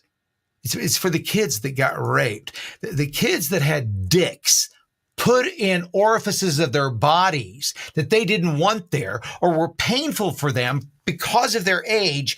That's what we're talking about. That's how crass we have to be these days because our politicians don't seem to understand that we're really concerned about our kids being molested by the elite and then getting off twice. First, inside our kids, and then secondly, in court. I tell you, I find somebody has done that to one of my grandchildren. They will not find the body. I will gladly spend the rest of my life in prison knowing where that body is, but you, the public, will never know. You harm one of mine, I will kill you. You see, that's something that people don't say anymore. I hope that's never the case. You see, that's not a threat. People take that as a threat. That's not a threat. I didn't threaten anybody. I said, if you do this, this is going to happen. That's a warning. If you do this, I will do this. I'm warning you of this. I'm not saying I'm going to come to your house and do this. I'm saying if you take these actions, I'm going to hold you accountable, and I don't care what the consequences are. That's toxic masculinity. People are scared of that. That's why people feared Trump. Sadly, I think that fear may have been misguided. I think that I don't know if Trump is as toxic and as masculine as we have thought he was. Hopefully, I would love to be incorrect. I would love for Trump and his team to prove me incorrect. But knowing politics the way that I know them, sadly, I think that a lot of this information that they've learned and that they've had access to, they've utilized to leverage certain actions that they want to have take place. That's what I believe. Because I saw the Hunter Biden laptop. The Biden family should be the first to be indicted. I've seen the evidence. I've seen the images. I've seen the texts, I've seen the emails and the chains going back and forth, all of it. They've seen it as well. I've been talking about it for the last 2 years. I said, this is the key, folks. This is what they're going to utilize. I saw what they saw. And if Bongino and Patel don't take action based on what I saw on those hard drives, then they're complicit and they can't be believed. I said it earlier. You watch their mannerisms as they're telling you that, oh, there's no there. That's what we're getting from these guys. For 4 years, they told us there was a there. And then now, suddenly, within just a couple of weeks, we're supposed to believe, hey, trust us, bro. So when you were raising funds and doing your podcast over the last 4 years, you were lying?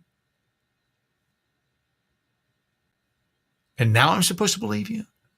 Or were you telling the truth then, but now you're in position of power and you've been warned and you're part of the black eye club without getting a black eye, and now you're just, is that what's happening? You see, I'm not a conspiracy theorist, but when somebody says something, I take them at their word. And when somebody tells me they're going to go in and investigate it and get these guys, and then with this just a few weeks, hey, nothing here. Wait, no, I don't know what you're talking about. No, we don't have any issues here. Moving on. You're still talking about that? That's so 2020. Move on. Okay. Well, fuck Epstein. Okay. Let's just say I'm a heartless cunt and I've moved on and I don't care about the young ladies or whoever else was molested. I don't care about any of the victims. I don't care about any of that. I want to know about the 2020 rigged election. Are we going to get to the bottom of that? Was it really rigged? Is what we saw on November of 2020, is that what we can expect from now on? And once Trump's out this next time, then it's going to take weeks to get elections done. And we'll know in a few. Is that what's going to happen? Is that what we can expect? Was the 2020 election rigged or not? Was the Trump campaign spied on? Or was that just a clever marketing ploy by the Trump team to get us to vote for him? You can't make these claims and not go back and back them up and investigate them. Now that you have power, now that we can go back and find out, did these people actually do what you said they did? Did they do what we think they did? Are they the traitors that you've said they are? Because traitors are dangerous and should not be allowed anywhere near government. Well, they're going after Comey and what's his name? Brennan. They're going after Comey and Brennan.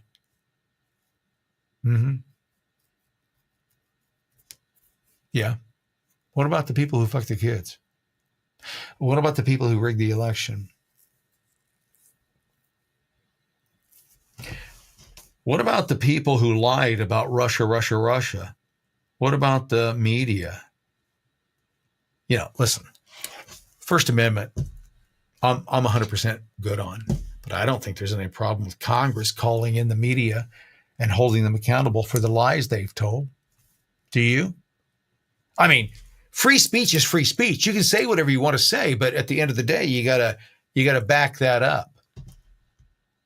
And if you can't back that up, then you're a liar. And maybe you shouldn't have your license to be able to propagate or to, propagandize the American people. That license to broadcast is not guaranteed. Real people, real Americans understand that. I'm hoping that I'm wrong about Trump here. I've been telling you for the last 4 years not to place any hope in one single person. There's a reason for that. One single person will always disappoint you. Even myself. I am not harmless in doing the wrong thing from time to time.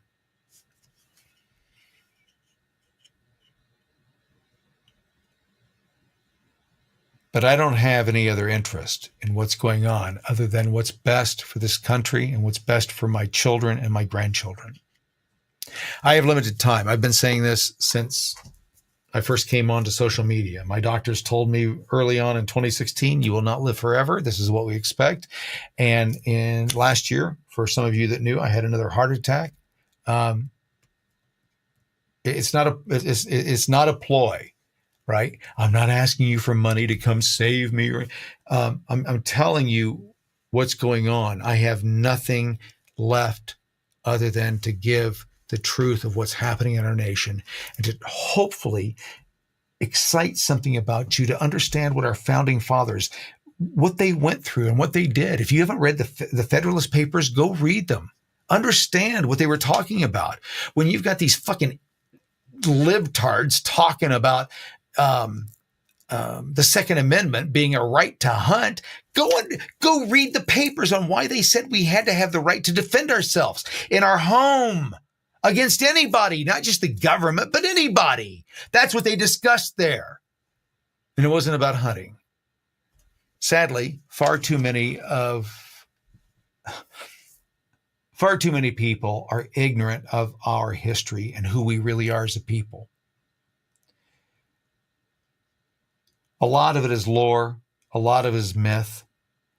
But when you start reading through the letters and the documents of our founding fathers and people through time, and you find out who they were as people, they didn't like other people. You know, it's funny. The media today tries to make it look like only today is disruptive in government. There's never been a more disruptive time in government. That's bullshit. They used to have fucking fistfights and duels in Congress. Fistfights and duels. When's the last time you saw a fistfight or a duel? You haven't seen one in a while, have you? No, you haven't. It's not as bad as it used to be. It's better than it used to be. That shit that they're talking about in the past is what other nations do. We've gone out of that, but we're getting closer and closer to it. Why? Because people have lost decorum in the streets. I'm going to close with this because I think it's important to stay. I love women. I got to say it. I love women. I am the proverbial tease. I went to a concert tonight. It was a terrible experience, but I had a great time. I always make the best of what I've got going on. But anyway, my wife was cracking up. I was in my element. Long story short is that I love women, but I hate femininity. And what I mean by that is, or not femininity, but feminism. Femininity, I love. Feminism, I hate. Feminism is the hatred of men. I just got to say it. Listen, I'm going to say this, and it's going to piss some people off. Okay. Feminist ideology. This is what I'm talking about. Not women. Feminist ideology. The more we incorporate it into society, the worse society has gotten. Feminist ideology says that they have the right to do anything that they want, anytime that they want. You have no recourse against them. They can even kill their own if they want. You don't have any say-so whatsoever. That's feminism. It's disastrous. It's destructive. It does not work for the family. It only serves one person. The person who's the feminist. It doesn't serve society. It doesn't serve anybody else. It's the most narcissistic thing that you can be a part of is feminism. Likewise, if a guy were on the other side of that, right, saying that men can do anything, that you can't judge us on anything. See, you go down the other aisle. That's a two-way street when you go the other way. And that we have 100% control of reproductive rights in this country. How would you like that? Oh, that scares everybody off. Yeah, I agree. It does. Because we don't have those. You see, it should be that you shouldn't be getting knocked up before it's time. I mean, if we want to be honest about it, abortion shouldn't be on the table as an out. You want to kill another living being? Well, that's inside my body. Yeah, it's DNA that's renting some space in your body for 9 months because you wanted a dick inside you. Well, what if I got raped? Different story. That's the outlier. We don't negotiate on outliers. You see, that's the problem. That's what the left likes to do. They like to take it to the extreme, and that's where you argue from, but that's not the norm. The average person going into Planned Parenthood or any one of these other facilities isn't a rape victim or an incest victim. No, it's somebody that had a Friday night that got out of hand. And wish I'd worn a condom. Didn't. Got to kill that thing. I think the kids call it yeeting. That's what it's called now, yeeting. Ending another human's life is yeeting. You yeeted someone.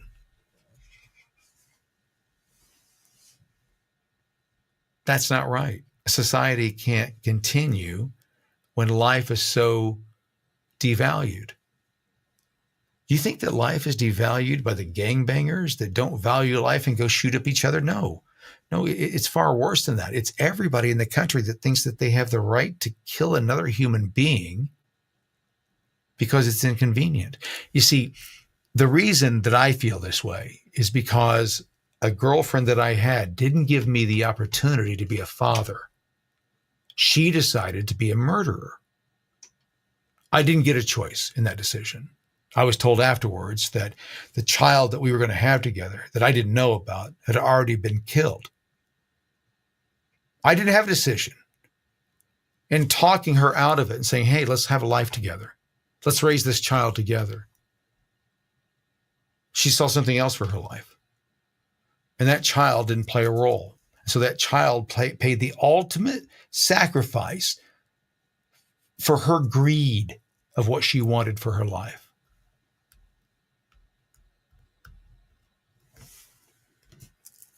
I have a voice. Men are half the problem. Women get knocked up. Men were there. Unless you got a turkey baster full of semen, it doesn't happen any other way. These conversations are the conversations we need to have in this country. We need to get back to bold conversations where we say the facts the way that they are. We spit them out the way they are and what the consequences are.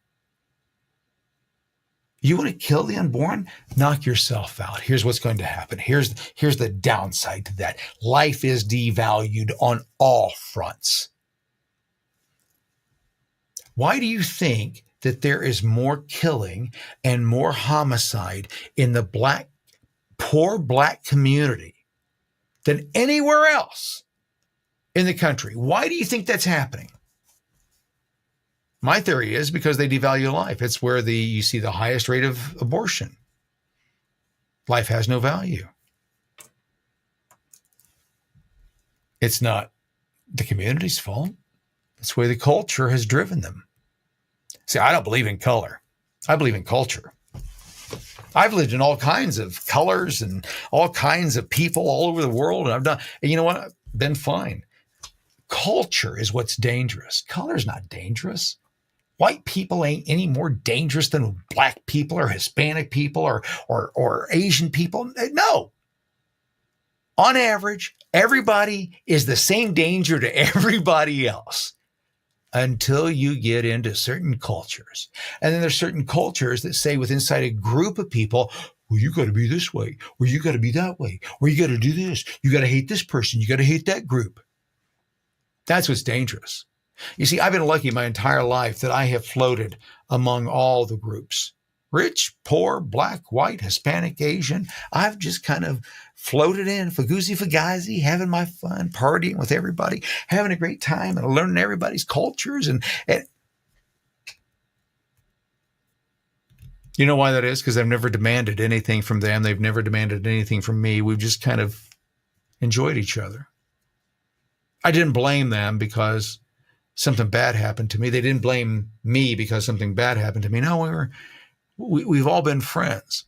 It's only the people who figure out how to monetize that. You see, the only reason you know about certain stories in the media is because people are paying for that story to be there. You think a news story shows up on NBC, CBS, CNN, Fox News just by happenstance? They went out and investigated the news? Folks, that don't happen anymore. No, it's all propaganda in one form or another. How do I know? Because I work with groups that do that.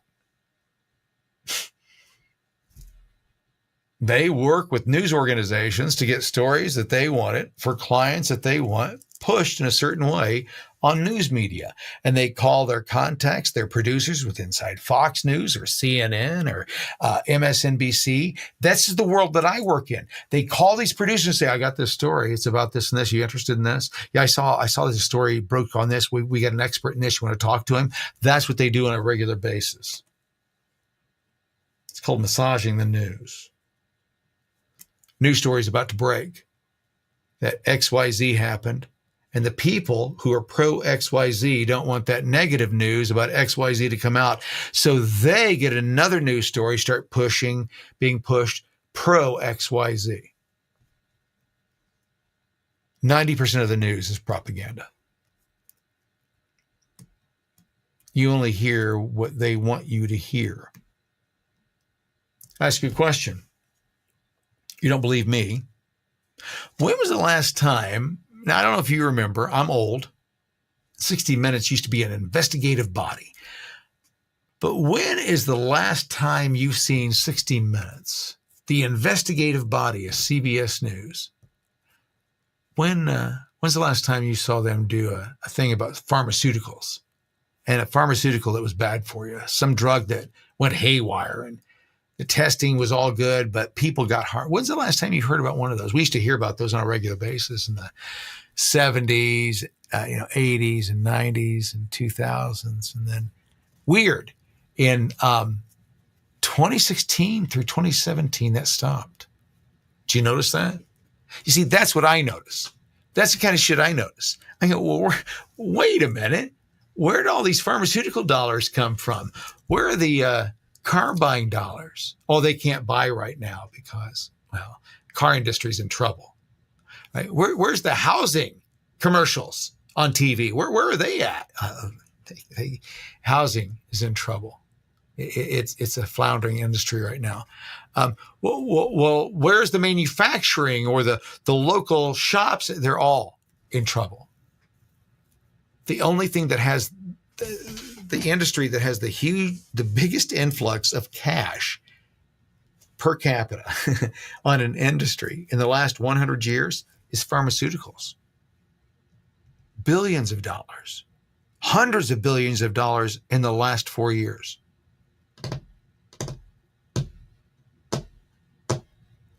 They can't survive without the government influx. You follow where I'm going here? You won't hear this from ABC, NBC, CBS, CNN, the rest of them. They're not telling you where things are going. Oh, this is a problem right now, and this is a problem, and you got to be fearful of this and this and this, but not the things that really matter. Where's the spending going? Where's the housing industry going? By the way, housing is there's a bubble. It's about to pop. Not my estimation, but this fall they're saying that housing prices could drop by half nationally. Why? Because of the bubble. Are you hearing that on the news? No, but the real estate companies are all talking about it. Just like the health insurance companies are pissed off and upset about what are they going to do about all of these exploding deaths,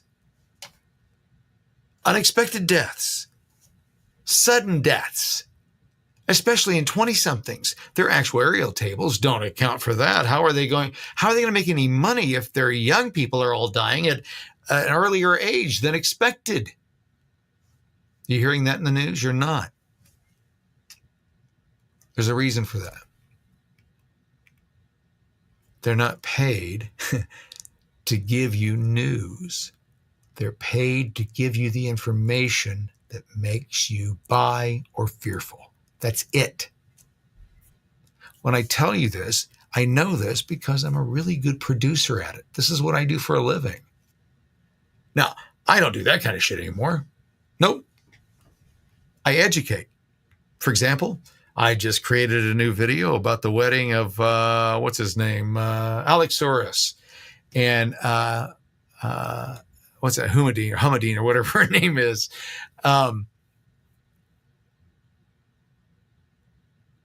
Exposed who they really are, and that here they are having a $14 million wedding while they're funding people who are screaming about the 1% in the streets. I shit you not. This is how ludicrous everything is, and nobody is paying attention to it. Now, Soros isn't the only one, right? There's other ones. Reid Hoffman is another one. Bill Gates, everybody knows. But these names behind the money that are causing the problems in our country, they have to be exposed. I thought Trump was going to do it. We were working to make sure that he did. And all of a sudden, poof. Not interested. Maybe it's because Trump can manipulate space and time. Yeah, I didn't say that. He did. Yeah.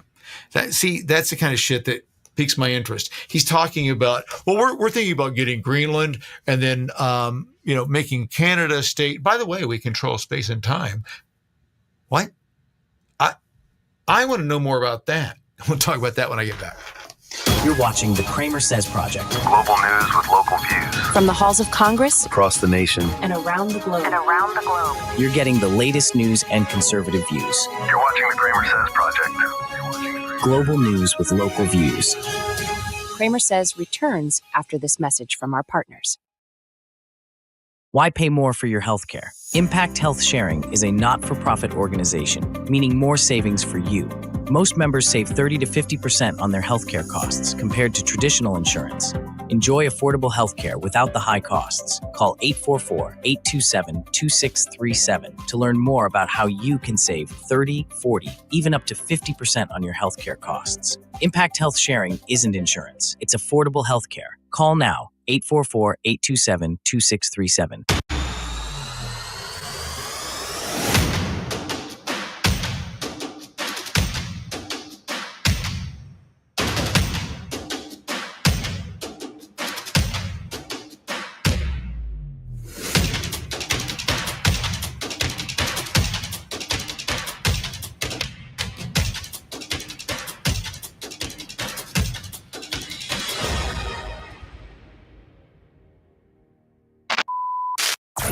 You're watching the CramerSez Project.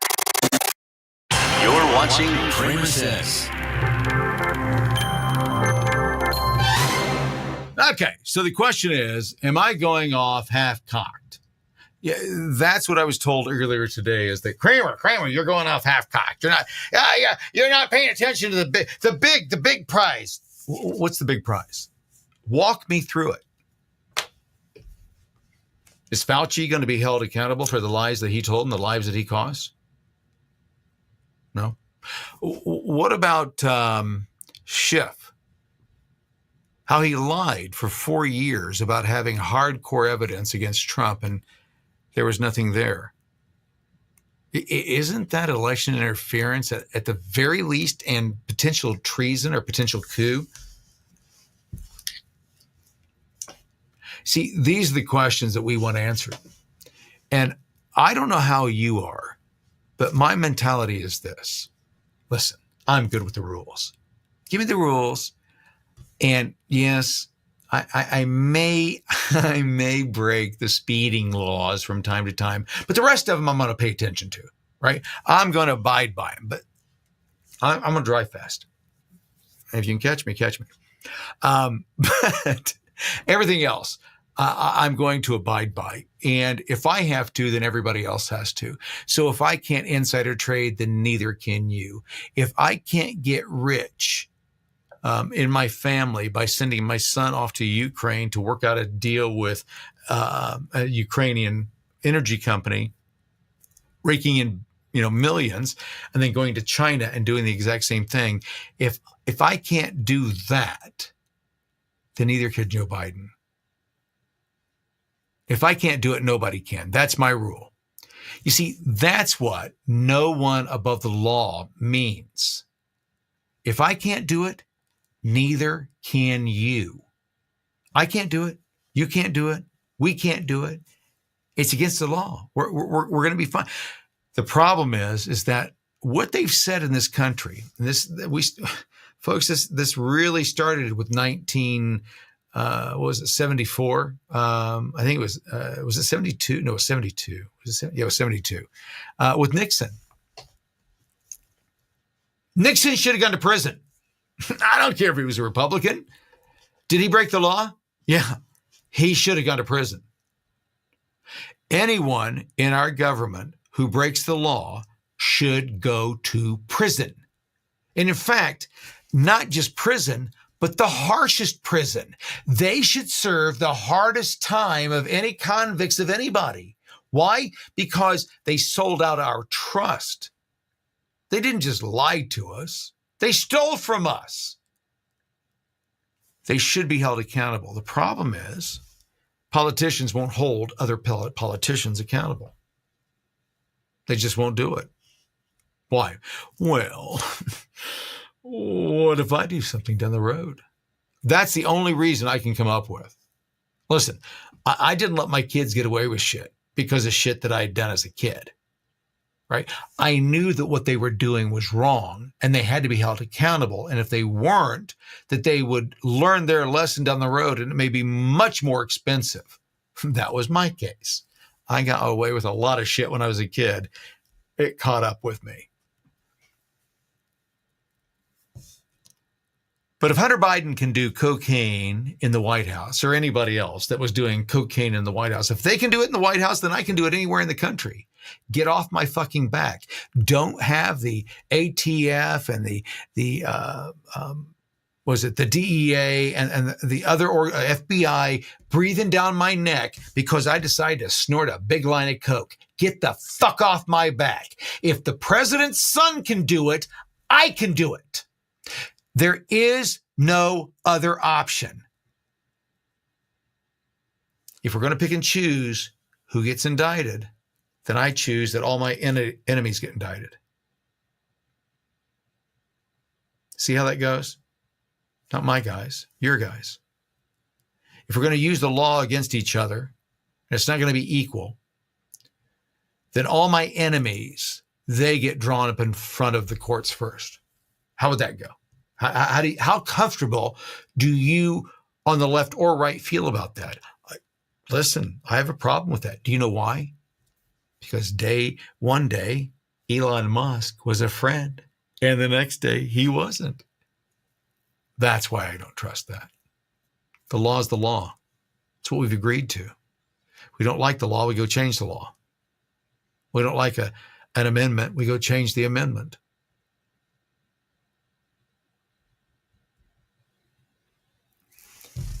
I've been saying in my content for the last few months, that it's going to get a lot worse before it gets any better. We're seeing it start to ramp up.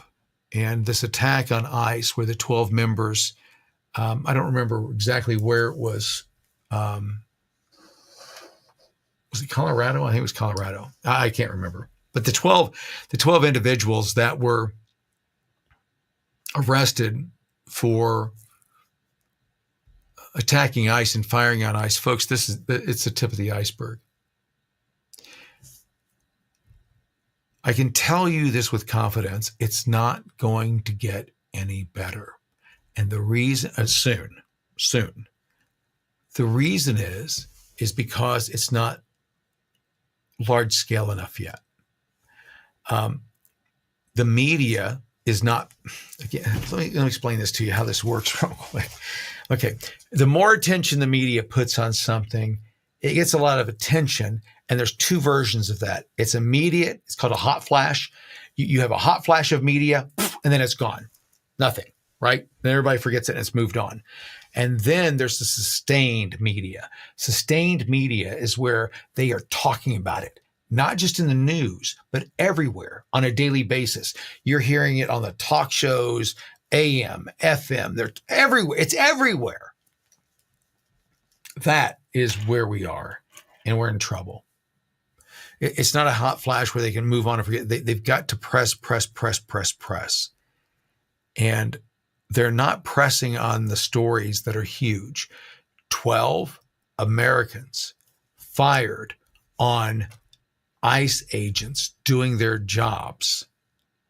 That's a big fucking story. In the old days, it was called if it leads, it bleeds, or if it bleeds, it leads. It hasn't changed. It's only gotten faster. And the fact that these networks are not covering this event means that it doesn't fit the narrative that they want to push. Again, I've been in these newsrooms.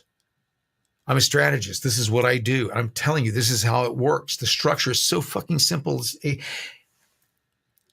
In advertising, the reason people my age know where's the beef is because they spent so much fucking money playing that commercial of that old bitch saying, where's the beef? It was pounded into our heads. It's the same thing with messaging from media or politicians. The same exact thing. Just because they're saying it over and over and over again doesn't make it true or valuable to you. The only reason they said, where's the beef? Where's the beef? Is to go make you go to Wendy's and go buy a fucking sandwich. That was it. It had no other meaning in your life, but they spent hundreds of millions of dollars making sure you understood that one phrase, where's the beef? That's hundreds of millions. That's not the billions that our government has to spend pounding these messages into our heads. This is why, and I'll close with this. This is why TikTok is so dangerous. And I think that people have to understand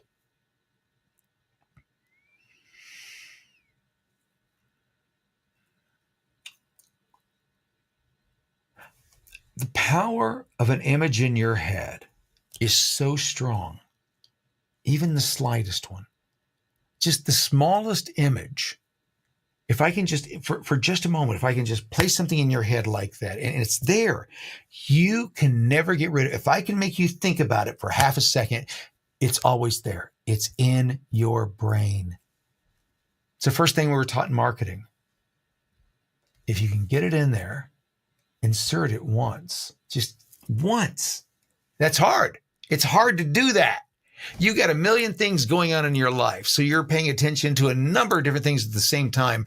And the kind of cleaner or toothbrush or toothpaste or bowl cleaner or tampon or whatever, that is secondary, tertiary, whatever to what you've got going on in your life. But it's my job to make sure that you understand the brand that I'm pushing, whatever that is the most important one. So if you're going to snort it up your nose, if you're going to put it up your coochie, if you're going to rub it on your dick, it better be my product. That's what I learned how to do very well. And you know how we did that? By doing what I just did. Being very blunt and saying it over and over and over again. People call me crass. Kramer, you cuss too much. Fuck you. That's the way the entire planet works. What are you an adult? You live in a bubble? You don't realize we're at war? Fuck you if you don't understand the dynamics that we live under. I can't catch everybody up to speed, right? But we are at war. This nation is at war. In some respects, in war with itself, but more importantly, there's a global war going on at this point right now in this nation. It is not hyperbole or scare tactics to say that we are being attacked on a daily basis inside our own borders, inside cyberspace, all of it on a daily basis. And if you understand that, if you see it for what it is, then you see what the people in DC are up against. And it's an unwinnable war. We've already lost.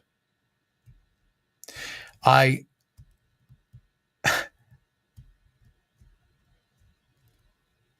say that. I've said it time and time again in private meetings, but saying it out loud in public. That's my fear, is that we've lost this war. That we're going to allow how do I put this best? How we feel about who we are as a people versus what it takes to be those people.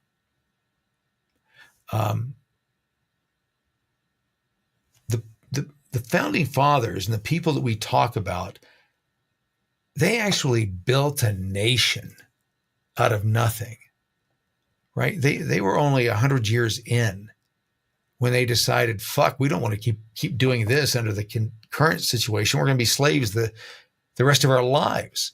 And so they decided to go a different way. But folks, they didn't even have indoor plumbing. And that's what's made us weak. That and feminism. Yep. Because if men were more toxic, they wouldn't put up with this bullshit from other men. That's why guys like myself and others, we're a problem. I love my wife to death. I love my granddaughters to death. I would do anything. I would protect them with my life. But they got a lot of crazy in them too. Right? I mean, I thought for a long, it's funny, boys mature much slower than women. But when they mature, they're mature. Not so much for women. And we've seen that. And when I say that, women get upset when I say that. Listen, I love women, and it's not all women. You know who you are. Right? There's the outliers. But women are far more emotional than men. They are less likely to use logic versus emotion to come to a conclusion. Again, that's not me. That's science. That's the social sciences. We are different animals in that way. Don't fault you. We're just different. It's not a fault. We're just different. But when you have differences, you have to play to your strengths. And when you've got strong men that are logical in what they're looking at and not placating to the emotions of anyone, men or women, and able to make decisions based on logic and not emotion, well, that changes things. And that's what it was for a long time, not just here in this country, but around the world. I'm not saying that women shouldn't have a voice. That's not what I'm saying at all. But at some point, we have to get back to what built this nation. And it wasn't caring about everybody's feelings. It wasn't being super sensitive all the time. It wasn't being worried about if there's peanuts in the classroom or some other allergen. It was allowing the kids to play out in the dirt because that's what kids love to fucking do and fucking chew their fucking nails and get, worm shit in there and have to have the pills where they get the worms out of their poop. That's what we're supposed to be doing, not this bullshit that we have right now. The more we keep our kids in-house, inside, and outside of nature, they're just going to get sicker and worse and worse and worse. You can go down, you say, oh, you're going down a rabbit hole, Kramer. No, I'm not going down a rabbit hole. I'm looking at the evidence for what it is. We had children who suffered mental retardation when I was a kid, generally from a lack of oxygen, deprivation, but some birth trauma. We didn't have autistic when I was a kid. No such thing.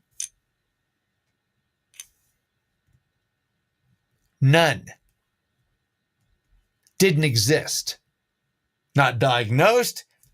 Suddenly, with the explosion of vaccines onto the system, all of a sudden we've got autism. And then, I don't know if you remember, in the late 80s, early 90s, there was a gentleman that came forward and said, hey, listen, it's the vaccines that are causing. And all of a sudden, he was blown out. He was gone. I think he was a Swedish dude. He was one of the top scientists in his field, and he was discredited overnight. Gone. Discussion over. Listen, when somebody tells me two things, I know they're lying. There's no evidence of, and the evidence doesn't prove. By the way, those are marketing phrases to make you believe something other than the truth. I call it telling you the truth, hoping you'll believe the lie I want you to believe. When they say there's no evidence of, what does that mean? Doesn't mean it didn't happen. They're trying to discredit it, discredit the claim. There's no evidence of means there's also no evidence against. They didn't say that, did they? This is what I do for a living, folks. It's writing in a way to make people believe one thing or the other. Now, how do we know that we can believe you, Kramer? Because I'm the only one not asking you for anything. I do this on my own dime, every penny of it. So I was poor when I was a kid. This country, only country on the face of the earth. I've traveled all over the planet. Only country on the face of the earth that could deliver the kind of wealth that I generated for myself with high school education. I dropped out of college.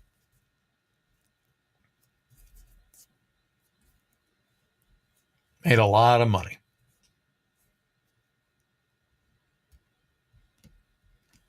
Saw a lot of people who got eaten up by the system. And I was the oldest in my family. I had a brother that was a year and a half younger than me. He's passed. And a sister that's 8 years younger. But I was always the big brother.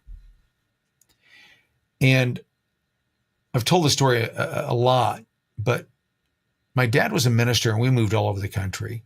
And I was always the new kid in school. So I got bullied a lot. And when my brother started school, well, he got bullied as well. We're the new kids. And I don't like being bullied.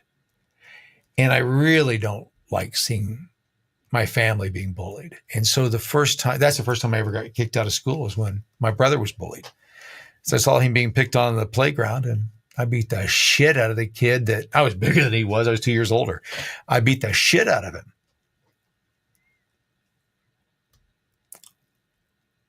Nothing's changed. And if you've watched my content over the last 4 or 5 years, I've told you that again and again and again, that nothing has changed since the playground. The people on the playground haven't changed. The bullies that were bullies on the playground, still bullies, still dicks.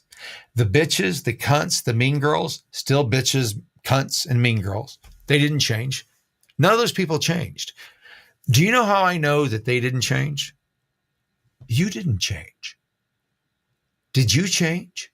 Since you were in middle school, that person, that personality, who you are, assertive, afraid, whatever, who you are, what your personality is, you haven't changed since 7th or 8th grade. You are who you are since then. You've been locked in since then. I know that because I know the science behind it.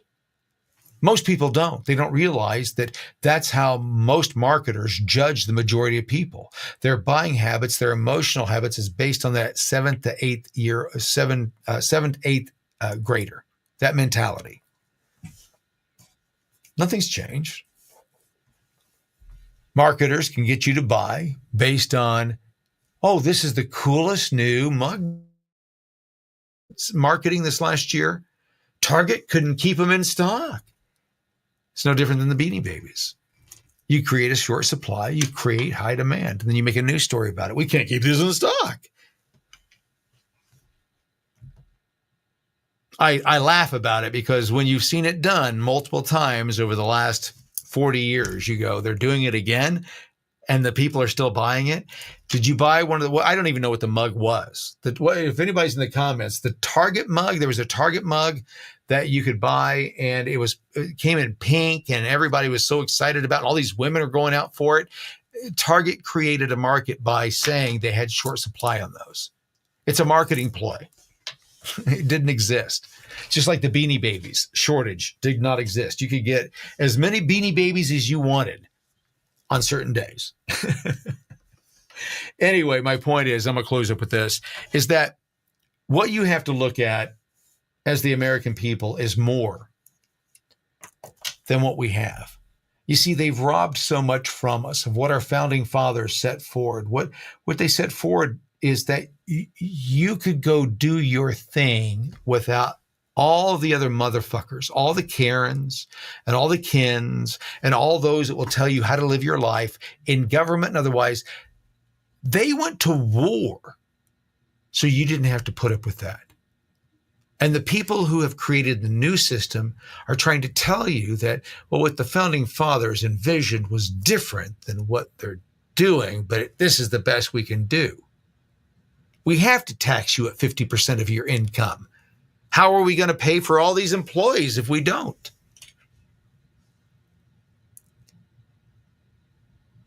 Let that sink in.